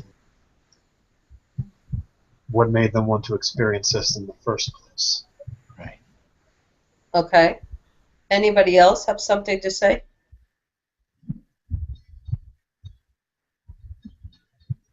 Gordon? And why? Well, Why really- choose? I agree. I'm pretty much in total agreement with Thomas. It's just about a balance. You know, if they're both choosing that from their perspectives for some karmic lesson, then that's all good and gravy. But you shouldn't infringe upon another's free will at the expense. If they're completely subservient and choosing and wanting that, to be that slave, to truly have that experience, to have that slave-like experience, or to have that, assault experience, physical violence experience, and see what it's like to be a physical being and feeling a physical violent assault, and then they'll go back to spirit forming and be like, wow, that was an interesting experience. I really didn't realize how harsh that is when I look down on all these entities having physical violence. We don't know the perspective always, so it's hard to always know the perspective from an oversoul standpoint or an individual soul standpoint, or all these perspectives of our multidimensional self. But at the end of the day, for me, when you're just talking about universal structure and what's the best way to deal with balance of polarity, as long as you're not doing something to fringe on somebody without them, wanting it, and as long as you're not doing it, at the expense of others. Right, so how do you determine that? How do you determine that that was something they wanted, or that was some, lesson they wanted to learn, or they're actually infringing upon somebody's right, somebody's free will? So how do you make that determination? From which point of view are you going to look at it? Are you going to look at it from the point of view of the oversoul, or are you going to look at it from the point of view of the 3D or 4D person? So how do you choose how to view it? How do you choose it in the moment? It's just in the moment. You're from the third person point of view. You're being the observer. You're just watching. You're observing. So the judgment comes into, do I want to break it up? Do I want to say something? Do I feel as a third person observer, do I want to interfere in what they're conveying to each other? It comes back to what you choose. If you're a parent seeing your child learn a hard lesson that will benefit them later on, that could be the perspective of a lot of these entities that are, parental in nature from their perspective to us. To me, it's about the present now for the perspective of that entity. So if you're the entity being hit and you don't want this being hit, you're saying, I want to defend myself, I'm doing myself to defend myself, but maybe you're a small, fragile, weak woman, then that is infringement upon that entity's free will. What happens? What happens even harder, what's even harder as the observer, is if you witness two people who are trying to actually kill each other or go at each other, or they could be a point where one could really get seriously. Okay, so how do you know that you're not there to stop it? That that's not part of the deal you made? It goes with a feeling. It does. I feel the feeling. It's the feeling. Yeah, it does. Because here's the thing. with him. Where does the guilt come in? Do you feel guilty if you interfere? If you're going to feel like you're going to save a life? Where does guilt come in? And really, if you look at it from a soul's, if you look at it from a soul's perspective, what goes against your soul's highest experience that it wishes for itself? That is what determines what is guilty in your eyes. What goes with your soul's highest experience of itself, that is innocent in the soul's eyes. So really, you have to listen to your soul on these matters, because when you do, you'll have a better perspective, because it's just like Gordon and I discussed, a bit ago. your feelings will never lie to you. So just like Brian said, it's all about feeling. Right. So that's And then this your is hesitation is in, should I interfere or not? But then again, maybe we're sent there as the observer, but also being tested in a way. Do you interfere, or do you allow them to work it out themselves? or the thing is this. It could be that they are playing those roles for you, Right. the observer. They both might be playing that role for you. Attention. So that you will do something. Right. React. How they're going to react. You know, out of compassion and care. There you go. You know, compassion and care. And not just for the one that's getting it, but for the other one also. Right, right. Because even an abuser is abused. Yes. Yes. Very good. Yes. Exactly. So this is where, you know, it gets a little bit tricky. And think about this. I just had a big intuition moment hit. Think about why we're also being given this arsenal of such a rich, diverse variety of emotions to have. That allows us to be so instrumental on the rest of the universe, because we can tap into so many different emotions to give us guidance, and so many different areas of perspective to help us say, okay, wait, this is a gray area. I've got to go with my gut, as we say, quotes, or my feelings on this, or my soul perspective. And a lot of entities don't have the emotions to relate to or understand where we're coming from. You know, like, as you're speaking to, it's so important to have emotions. You're realizing the richness and how instrumental they'll be for us more than we've ever really started acknowledging. You know, now we're starting to realize that they have such a higher purpose. Emotional range, yeah. Yeah, and we're given such an emotional range as human species and as the Explore race for a purpose. You know, I think that's one of them. A huge part of them is helping to bring balance to this universe. Right.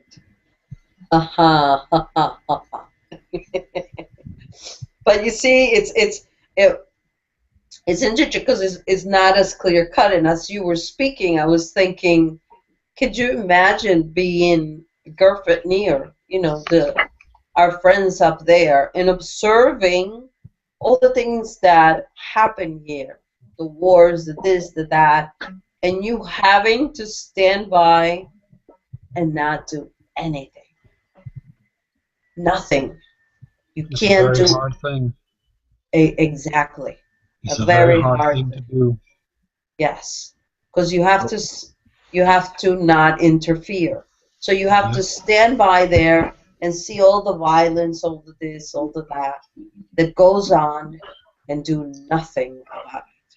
Because, and I hope I'm not too bold in saying this, but isn't it part of the Prime Directive that if you do interfere, it ruins another's growth? Mm-hmm. That's what I thought.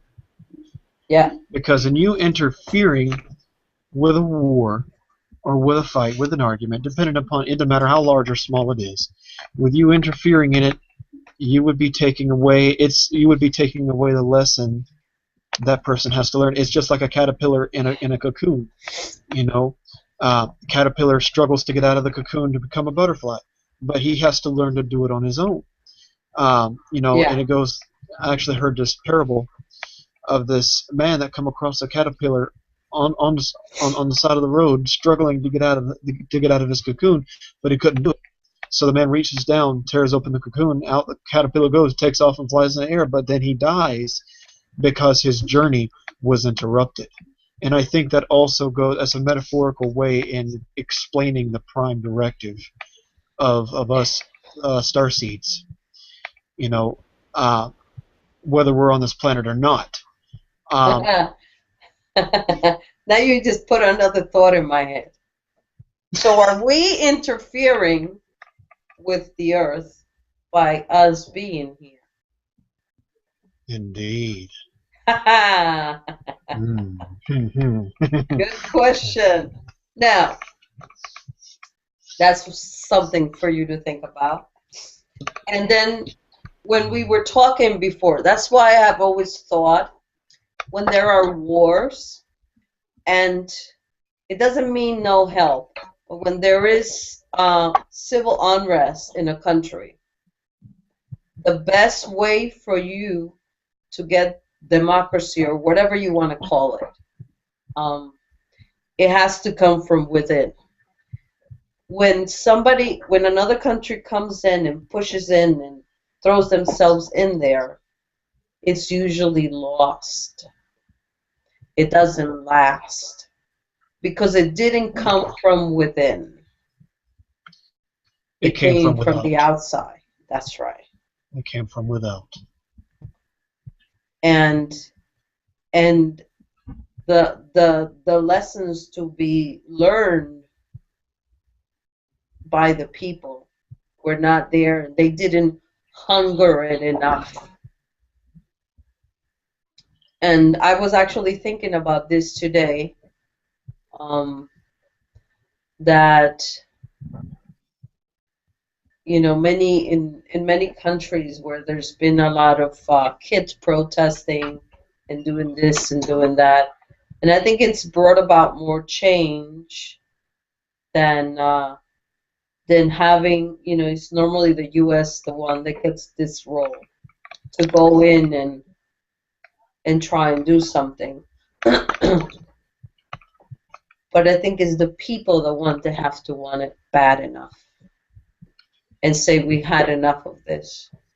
And unfortunately, that usually means death to many.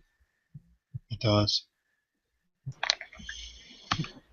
It does. The interesting perspective you start seeing, Sabrina, is from the outside, Gert Vernier's perspective, I'm thinking about it, is basically allowing a species to experience to the fullest amount it can its own natural growth cycle or path, but you're also not allowing the species to self-destruct, to kill itself by killing the planet or atomic warfare, destroying it, as we've seen in other planets throughout our galaxy.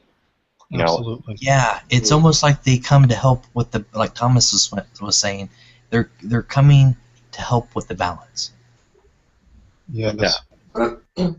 Basic, to bring equalization, to bring balance, to bring, anything and everything that, and there will come a time that, this planet will balance out, because Gaia will not let any of us kill her. It doesn't matter what we do, doesn't matter how many things we mine out of the ground, doesn't matter how many animals we kill, it doesn't matter how many trees we cut down. Gaia will not let us kill her. That is one thing I've been told by a wise mentor. Oh no, and I don't think. Well, in the sense too, Thomas, that as we've seen in the past, in certain cultures that have abused their time staying here on this beautiful planet, there will be, in a sense, a purging of negativity or cultures through natural means of Gaia. I sense it. Yes. Yeah, Yes. Similar to Atlantean at times where we would be. I sense it. Yes, I can honestly say, but I do not sense the details. All I know is that I sense it coming. When it comes, I do not know. And really, I can only tell you, like I said, I walk in the middle between positivity and negativity. If negativity needs to come for positivity to balance out positivity, or if positivity needs to come to balance out negativity, then so be it. That's what I say.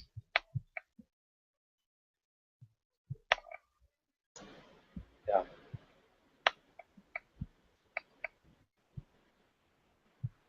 Well, in my mind, I think we can, I hope, and I know we can create, before that threshold point reaches, basically, in my mind, it's a certain percentage of destruction or negativity Gaia reaches, and then she has to have an automation cleansing effect.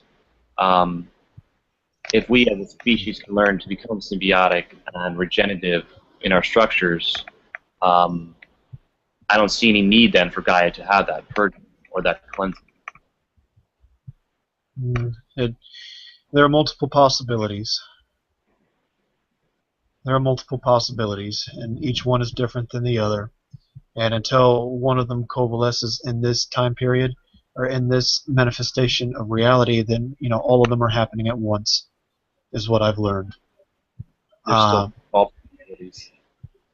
Yes, there are always possibilities. There's not just one future. There are several. There are several different possibilities of futures. So people like Gerfinier and ground teams such as ourselves are trying to, as we've realized, lock in these probabilities of a peaceful ascension, of a peaceful not only in a militaristic sense, but peaceful in a natural environmental sense as well. But it's, these are probabilities, as we know. There's chances of it happening and not happening on each different ends, right? But probability just means that there's a variable that can affect the probability in some way. So we're the variables in my mind to help that probability change to one that we as the collective choose.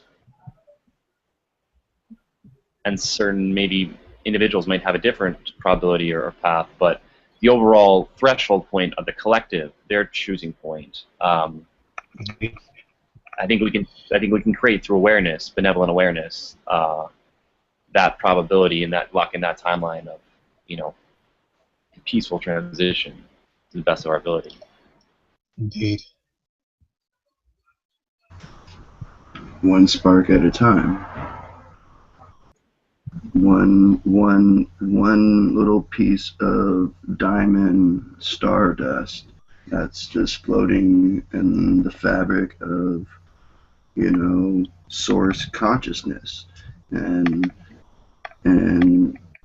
as these little pieces of diamond starlight come together through the awakening, through their conscious awakening, then we come together as a bigger, diamond until we literally become a planet that's a giant diamond, become source, but still maintaining a unique individual aspect that we record our experience to in these incarnations.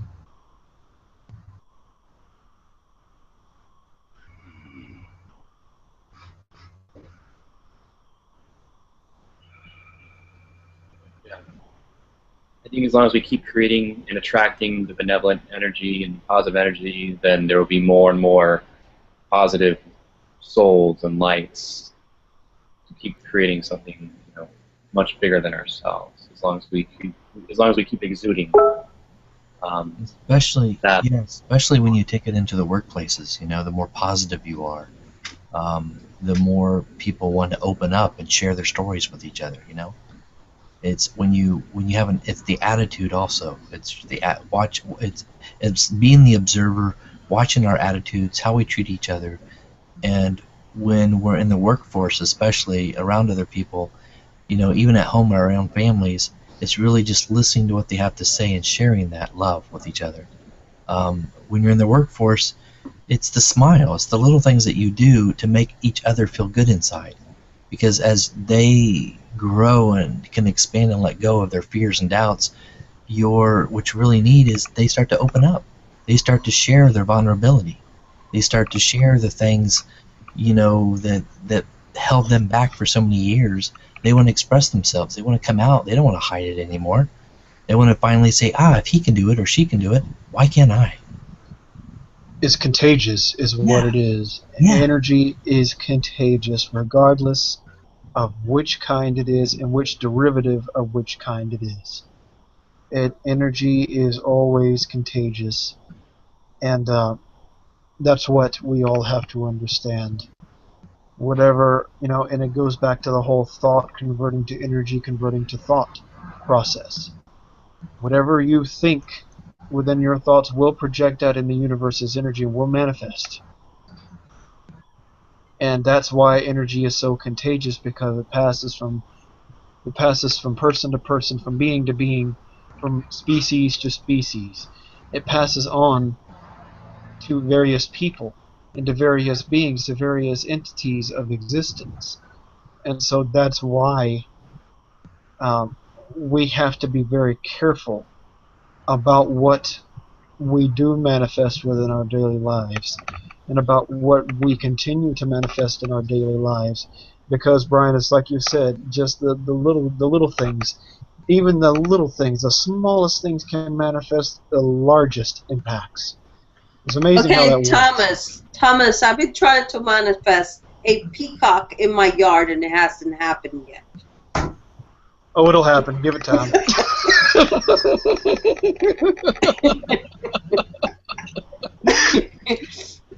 Oh, it'll happen. Give it time. I keep saying, if I can manifest a peacock in my back, because there are turkeys, but I haven't manifested the peacock yet. Give it time. It'll happen.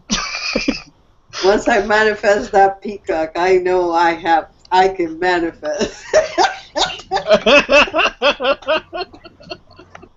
Oh man, that's funny. That is hilarious. Wow. But yeah, I mean the concept. I mean, yeah, that's basically the same concept, although be it on a lower plane of explanation. But yes, it's the same concept.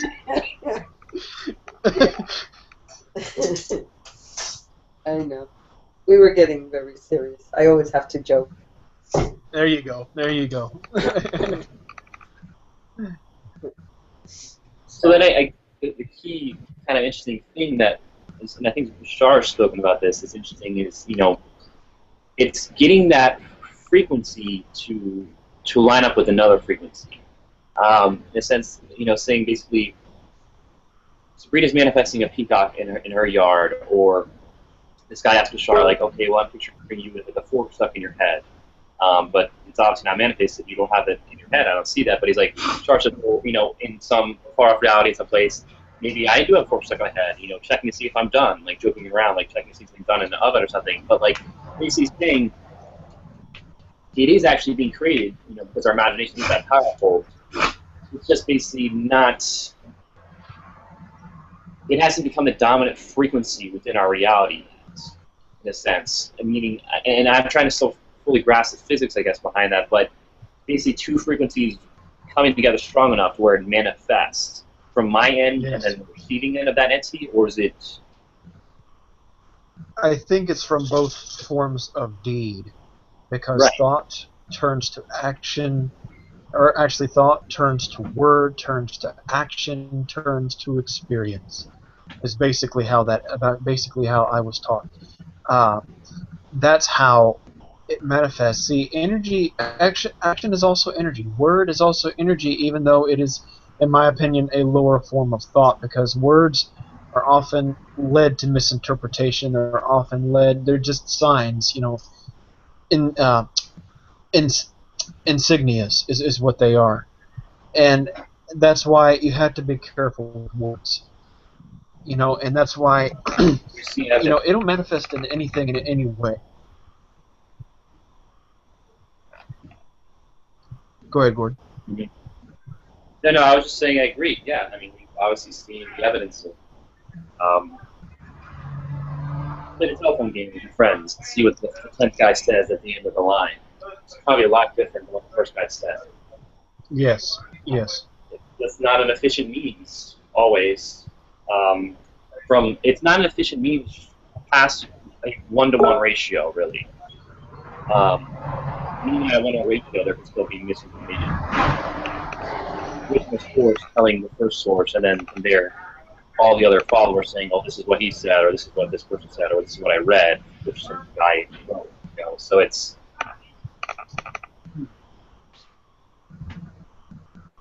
Yeah.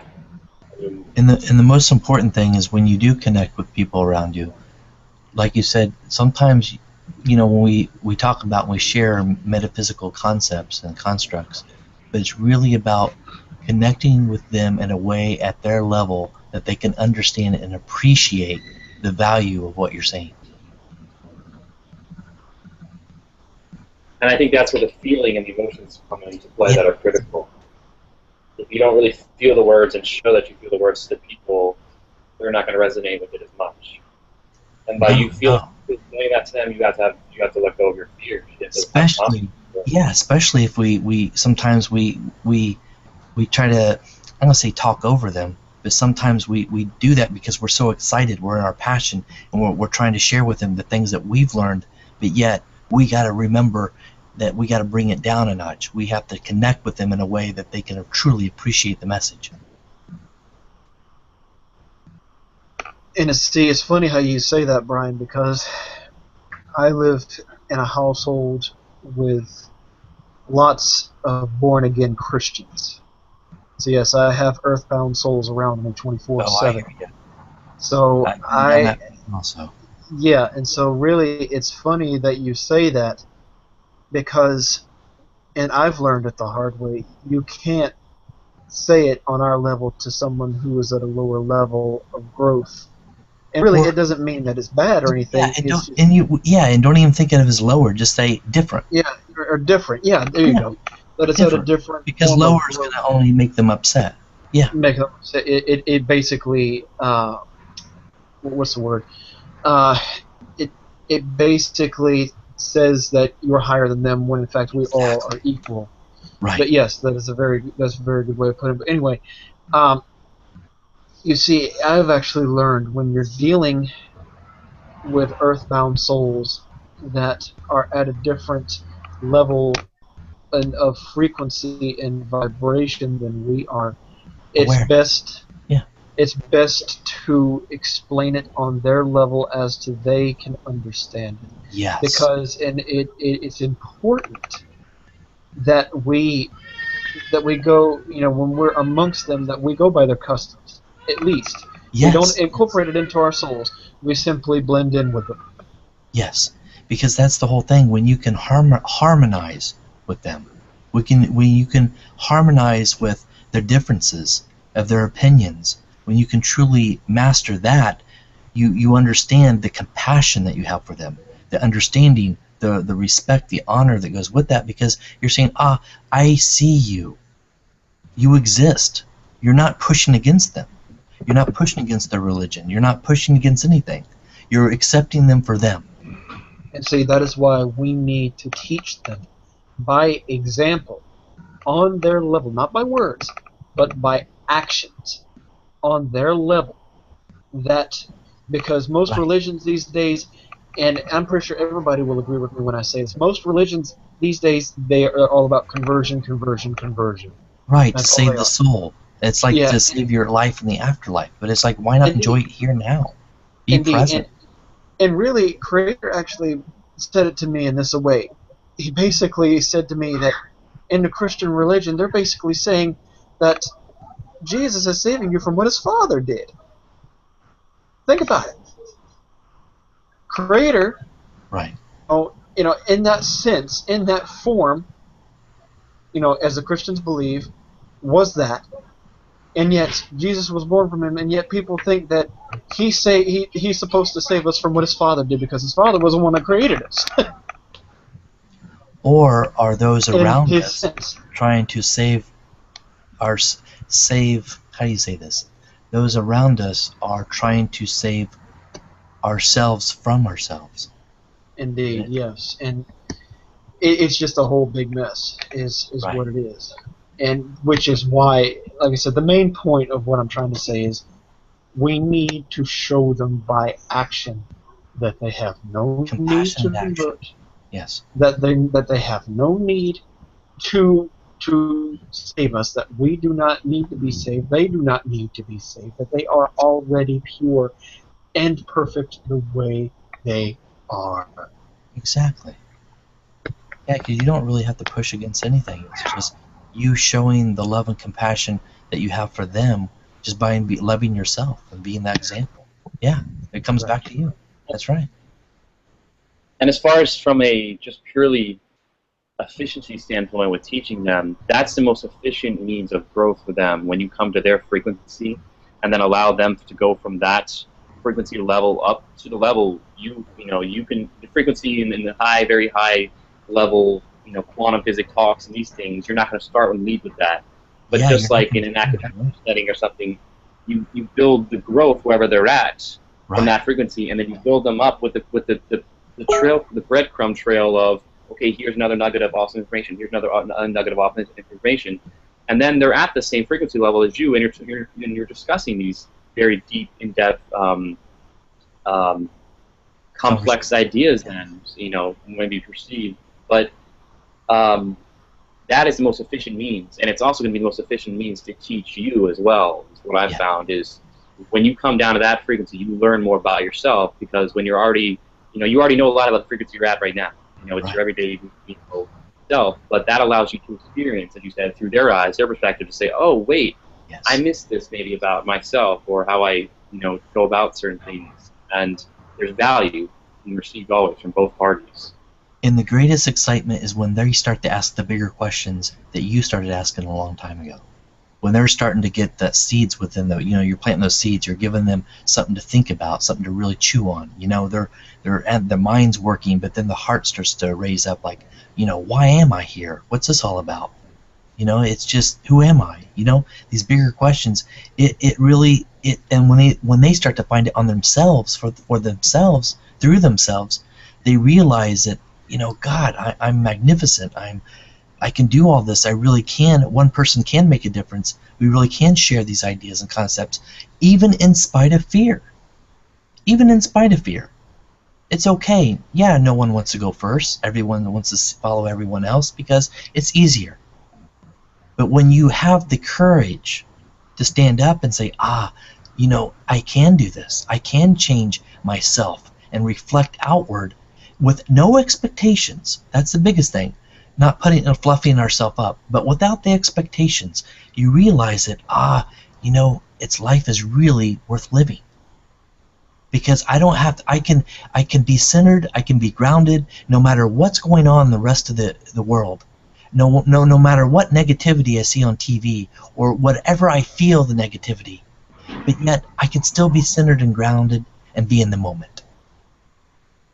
Going back to being the observer in the moment. State of being matters. Yes. Circumstances don't. It really doesn't. It's just harder in certain circumstances to keep a certain state of being, maybe perceived as harder, but because why? It's truly up to you. Why would it be harder? Is it because we put expectations on ourselves and others? You see? Conditioning, yeah. Attachments. Another yeah. Hard. Also attachments. To family members and friends. What are they going to think if I start to venture out? Start asking bigger questions of life. To my teachers, to my priest, to my pastor. What's going to happen? There's a fear. I've already started with my family, and I know that it's the exact opposite. I did breach it with people in my family that I felt were more at a frequency ready for it. But right. My father and my sister now we talk about these things and on levels that we never would have ever been on if I didn't breach these subjects with them. Yeah. And it's created something so much greater between our bond and a family unit to look at us as much more than this life and just only this experience of connection of energies, to say you start to see the family unit in a whole new light. Yes. And you can have compassion for them. Yes. Multiplicity, a multiplier. It becomes something greater and greater once you say, wow, we're a family of gods and goddesses, and we should unite around this and really start saying, holy crap, this is powerful. And the excitement comes is when they start asking the big questions like we did. It's like, it feels so good, Yeah.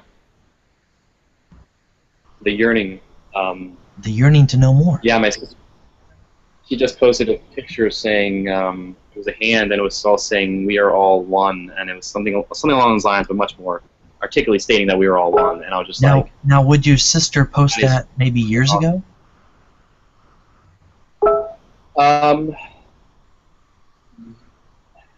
yes, if she had the awareness, I think she'd like myself, but neither of us really had that awareness. Right. We knew there was something not fully there when we were at Baptist church growing up, and we knew there were certain things within society that didn't resonate. She was kind of more the rebel than myself, but she was doing it, and I look back now in a way of saying, these structures are stupid, and this is my way of, rebelling against it, in a sense. But it was her way of crying out that there's something not totally right here. We don't have it, the current illusion being fed to us is not fully true. Right, That's why people have these actions and have these things that they can't control. They say, I couldn't do it, or I had to leave, or this or this. I don't know how to explain it, but it's them literally from the inside, the soul level, like screaming out and saying, this is wrong. Why am I doing this? This is not me being my high self, or this is not what I need to, succumb myself to. I don't need to be around this environment, in this relationship, or around these kind of things. You take control of your sovereignty. And the key is to harmonize no matter what environment you find yourself in. Always just remember to be the observer in a way that harmonizes with everything else around you. Because when you, like what Cryan was talking about, mastery, really it's about our mastery here. It's about learning lessons and things that we usually don't rarely experience, but now to a greater degree, and the more wisdom and the knowledge that comes to us, and the more we ask the questions. The reason why we're in this frame of mind is because we started asking bigger questions of life. That's why we find ourselves here in these chats and this hangout, is because we really want to know what's really out there.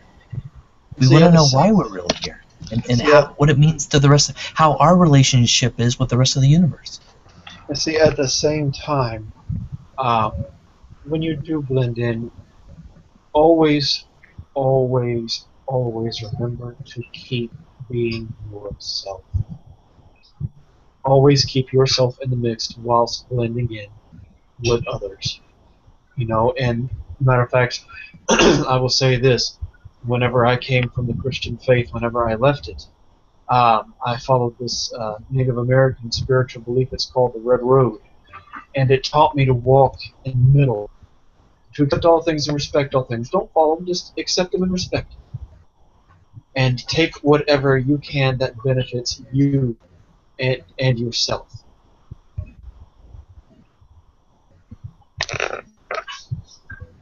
So that's basically how that is. Yeah, I agree. I think there's a lot of information out there, and sometimes people want one source to have it all. And the beauty of it is seeing that there's a lot of different interpretations of something that is, a truth. Love is a truth, but you can give infinite amount of expressions of the truth of love, that it's evident, that it's real. A bit of child's laughter, a bit of rose unfolding.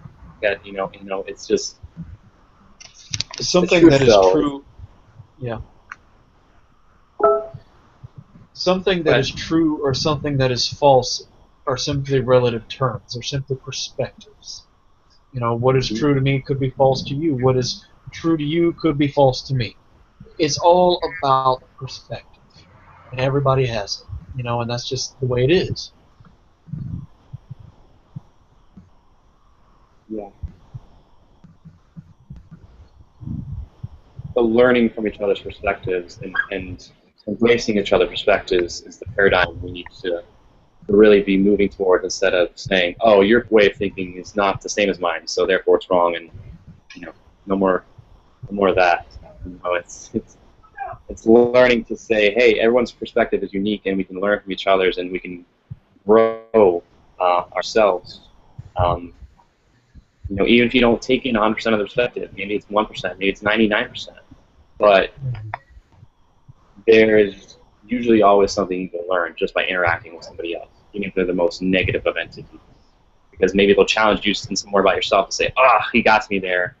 There's an area of dis-easeness that I need to look at because he brought to my attention, and I can thank him. And the rest, 99% of his negativity, I don't need to, because it's all transmuted, and I don't believe that about myself. But I think there's always something we can learn whenever there's a catalyst interacting with another catalyst as far as two human beings. It's one of the most powerful catalysts in the human. Yeah, look at the Christian religion for a second. Why do they push so much their belief, how their structures and why? But why push? Why feel that everyone who doesn't believe in Jesus is going to go to hell? Why about the after soul? What is that all about, really? Why the fear? Why the shame? Why the guilt for not believing?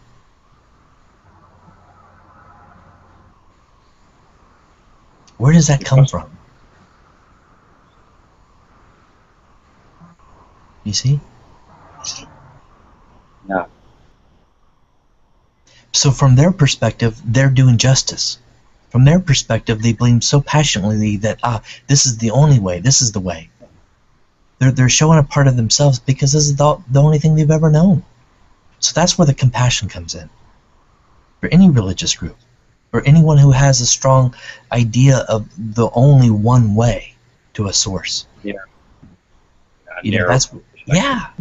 In a way, it is. In a way, it's an entrapment to themselves because it's only a perspective, but yet they're not seeing a greater perspective within themselves that it's not the only way to something.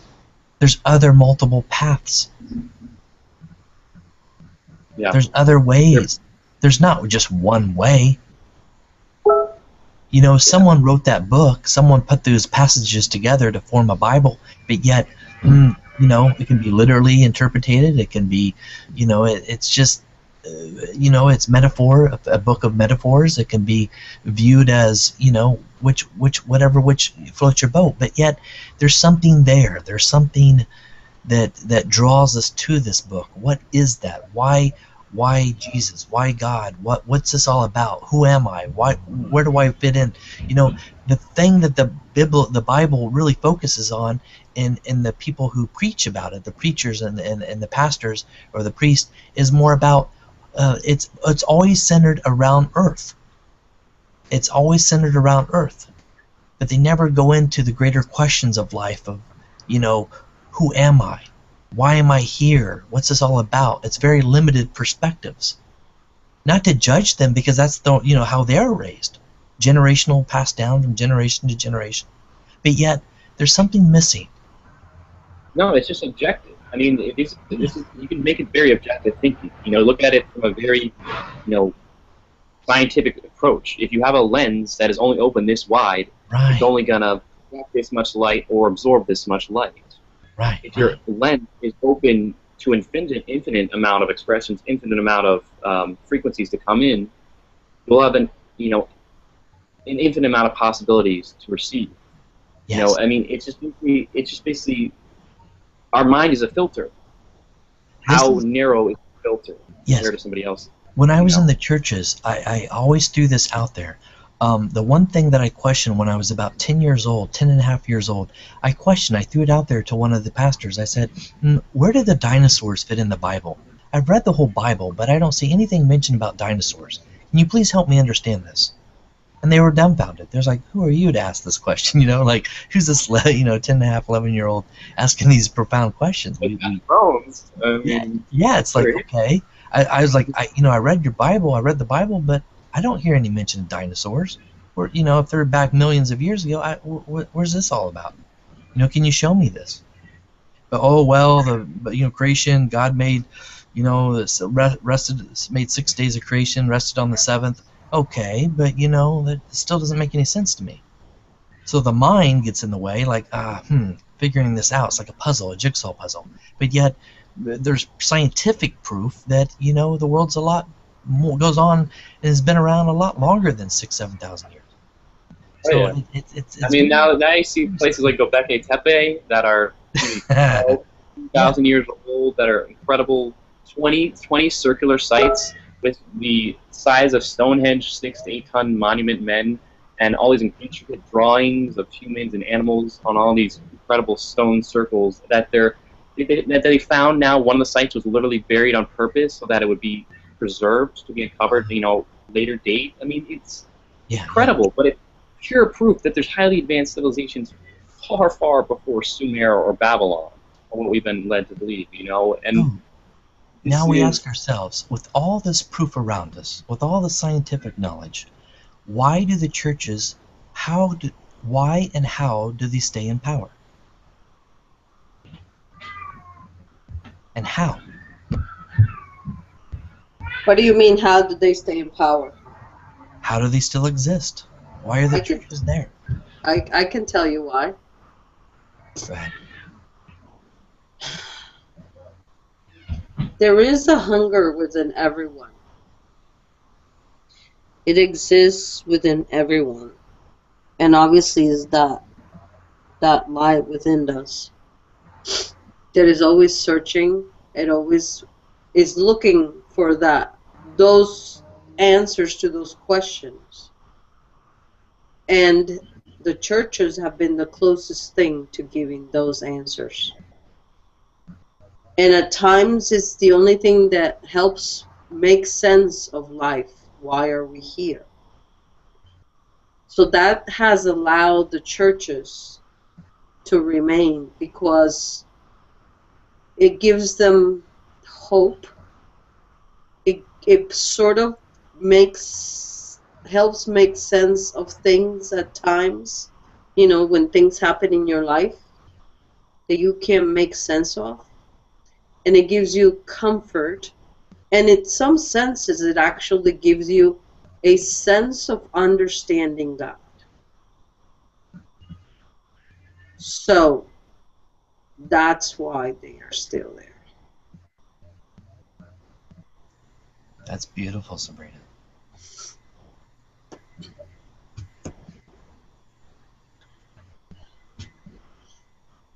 Yeah, that search within. You're right, because when we were younger too, it's the search where we're looking for something. What are we looking for? Yeah. Yeah. The thing is that where things have gone iffy is when many decided that God could only manifest itself through certain books. Right. You know, that they're not seeing God as manifesting through a tree, to a plant, to a flower, you know, all these other things. They're not seeing the manifestation of God in those things. They're not seeing that they could find God there. Yes. And that once they go there and they go within, they can find Him there. So they keep looking outside themselves in this building, whatever that building might happen to be, Yes. through this person, and they're giving their power away to them because they want to find themselves, but they don't know that that's really what they're trying to do. Ah, yeah, that makes sense. They don't see it as trying to find themselves. They think they're trying to, you know, that God is within. That going in, you will find yourself and God all at the same time. Right. So they're always projecting God out there, somewhere in the clouds, something that's almost impossible to grasp because they think it's so above them, way out there. Right. Their Right. mental image, they humanize God. The Yes. God thinks and acts just like us, and really it's separation. It causes such a separation. Yes. And that He's doing us a favor by letting us be alive. Right. You know? Right. They don't see. Because I even said to my cousin, so what does it mean you were made in the image of God? What does that mean? Good question. Very good. You know, because if it's like you telling me that you had your son, right? But your son has nothing of yours.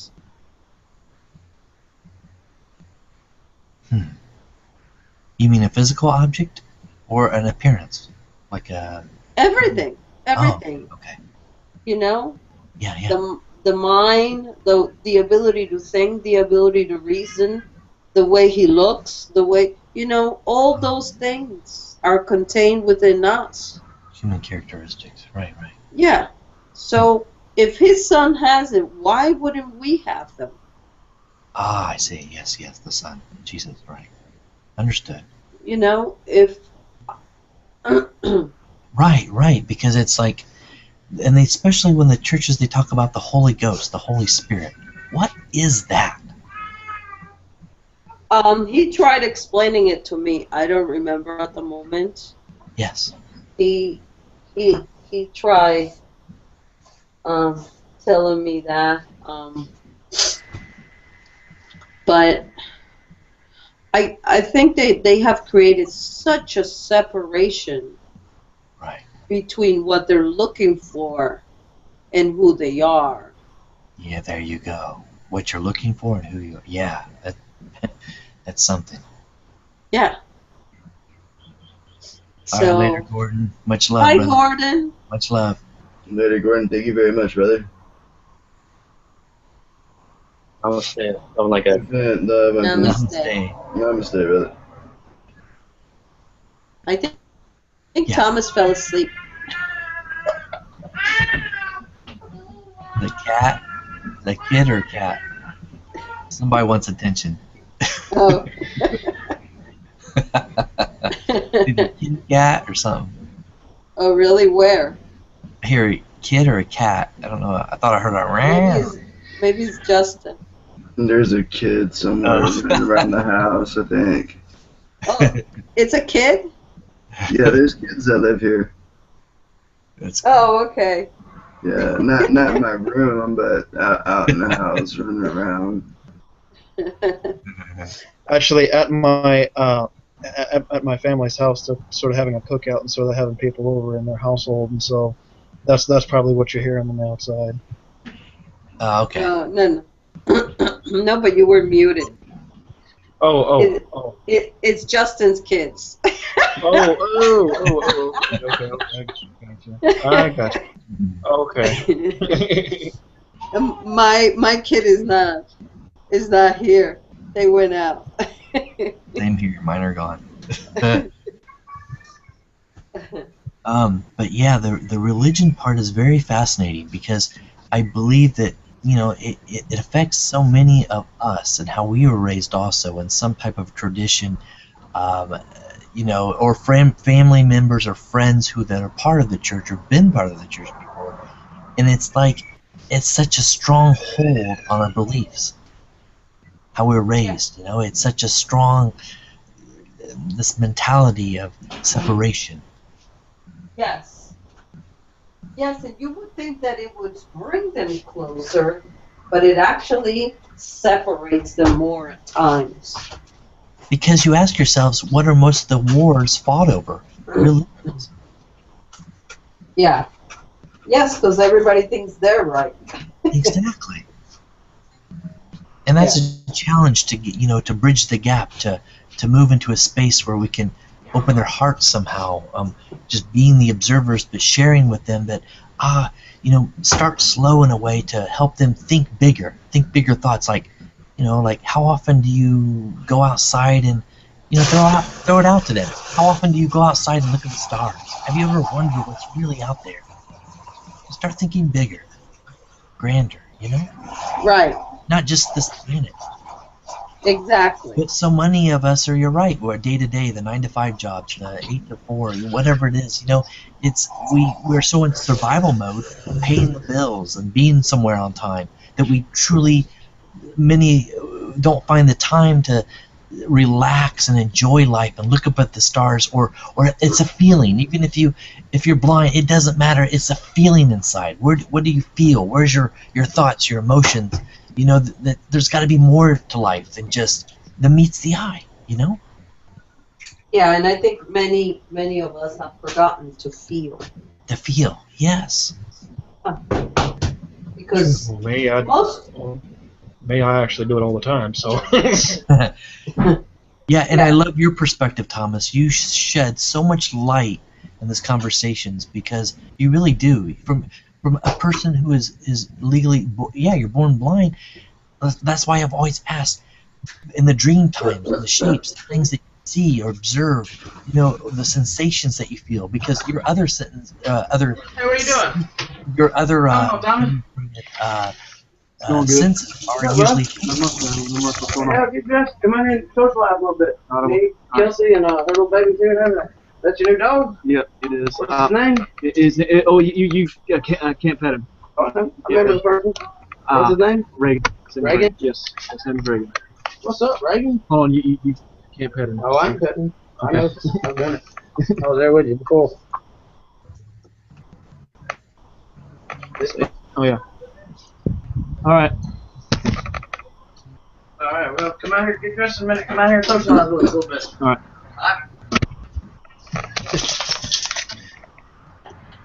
I tried to mute you, but I couldn't, Thomas. Oh, it's all good. It's all good. Apologies. No, you're fine, Thomas. You're fine. No, You're fine, brother. I was trying to keep your conversation private, that's all. Yeah, he's good. Okay. But yeah, it's so interesting about these things. You know, how we're raised and how the different religions of the world and how it influences our behavior sometimes, our, you know, things we observe and how we treat others. Yeah. And if something we hear doesn't resonate with us, what causes us? Why do we get so angry, or why do we get so defensive? You know, it's learning to find that balance in ourselves. That's hard sometimes. Yeah. I know. It's difficult because I'm sure it's, you know, from their point of view, they think they're right. And it's okay if they do, because it's this and that. I have to keep remember and the word and. Right, but then we also think we're right. Yeah. So it's this and that. It's and. So. And. Yeah. So if I have to choose this or that, can I have both? May I have 2 scoops of ice cream instead of 1? And ice, and the cake. And the cake, and the magic brownies. Yeah, everything. Everything, you know. So that's the beauty of it. It's choosing in the moment and not being afraid, or how do you say, allowing ourselves to, if whatever we choose in life, be okay with it. Learning to be okay with it. Right. Learning to be okay with whatever they choose. Yeah, there you go. So there's not so much the attachment of, I have to do it for them, I have to save them, I have to stop this, I have to stop that, you know. Yeah. From happening. Because how are they going to truly learn on their own even if they're on a self-destructive path? It's almost like we want to save them from themselves. Yeah, but that's very difficult. That is, especially when you truly love them. Yes. You don't want to. You see they're being self-destructive or harming themselves, but yet it's like this mechanism inside of us. It's that motherly love. It's that tough love. We go, no, we know what's best. I have to save you from yourself. And then what do they truly learn? Okay, they sit in jail for a while. They might have harmed somebody, but what do they learn? They have to learn that on their own. So they can learn to appreciate it. They can hit rock bottom and work their way up again. If you know, that's their choice. And so the attachment is for us and learning to let go. And that's hard. Yeah, I don't know that as a mother I can do that. It is very difficult, even with children, having children. Oh my God. I mean, give an example. My 2 children, when they fight, you know, they're beating the crap out of each other sometimes. They do that for my attention. And I realize that, you know, if I keep interfering and tell them to lay off, or you know, I'll be with them in a minute, but if they keep doing it, they keep hitting each other sometimes, I'm wondering, you know, as the father, do I step in? Do I, like, push them aside? Do I say, look, you know what I'm saying? Like, you time out over here, you time out over there. Or do I allow them to keep hitting themselves or hurting themselves to say, like, they just have to work it out themselves? And that's challenging. That's the emotional father, or the challenge within me, you know? Mm-hmm. Yep. normally, You know. normally what I ended up doing is everybody got timeout. Yeah. You know, Yeah, I timeouts work to a certain extent, but I'm no, teaching them like you guys gotta love each other, work together. I said it's so much easier working together than is tearing oh each other no, down. see, because if you do it, what my thing was, if I did it that way, Right. I realized that they both had to work at it to make sure it didn't happen. Oh yeah. Because they were both being held responsible. There you go. I like that. I like the responsibility, the self responsibility. Yeah. Right, so they have to self-regulate themselves. Right. Right. Because when you say, I don't care who started it, you're both sitting down, no argument, no questions, no nothing. You know, next time, Yes. they're going to negotiate because neither one is going to want to sit down. Exactly. That's a good point. Very good point. Hello, Thomas. Hey guys, I'm back. Yeah, Once again, I do apologize for that interruption. Oh, it's all No good. problem. It's just my human family. They they can barge in without knocking sometimes. Yeah, I understand. Oh, it's all good. It's all good. I hope that wasn't recorded, was it? It was. Just to a certain Oh, extent, boy. but when you got Oh, off. boy. I know. That's why I was trying to mute you. I was trying to mute you. Yeah, I was but also I don't know why. I don't know why it wouldn't let me. I was also trying to mute my microphone as well because really, Justin, because can you take it off live? Yeah, I can. I think. You can tell everybody goodbye your session, Justin. That's what I was gonna say. I was just getting ready. Just wasn't wanting to interrupt, but yeah, just like maybe just do a small blessing, whatnot, and then Okay. And then I guess we could just start a separate hangout. I could just end it, and then start a separate hangout or something. That's cool. Okay, oh wait, never mind. I see the button right here. Duh, me and my blind self. Yeah. like I'm not like literally blind, but I am very, very, very nearsighted. I can pretty much like read a book, and everything else is like blurry. Understood. Oh, yeah, man. you can give a blessing, whatever you want, you guys. That's cool. Well, guys, I'm gonna go ahead and leave the call. I'm about to go eat dinner, so Much love. Much love. Well, just infinite, unconditional love, and everyone that came through. Thank you very much. And the idea is just to get together on like Wednesdays and Sundays, and discussions, playing with crystals, channeling myself, others, just a lot of fun, exciting, kind of go with the flow type things, and just kind of go from there from right now. Sounds good. All right. Well, infinite, unconditional love to everyone. Thank you so much. No problem. Thank you, Jen. Thank you. All right.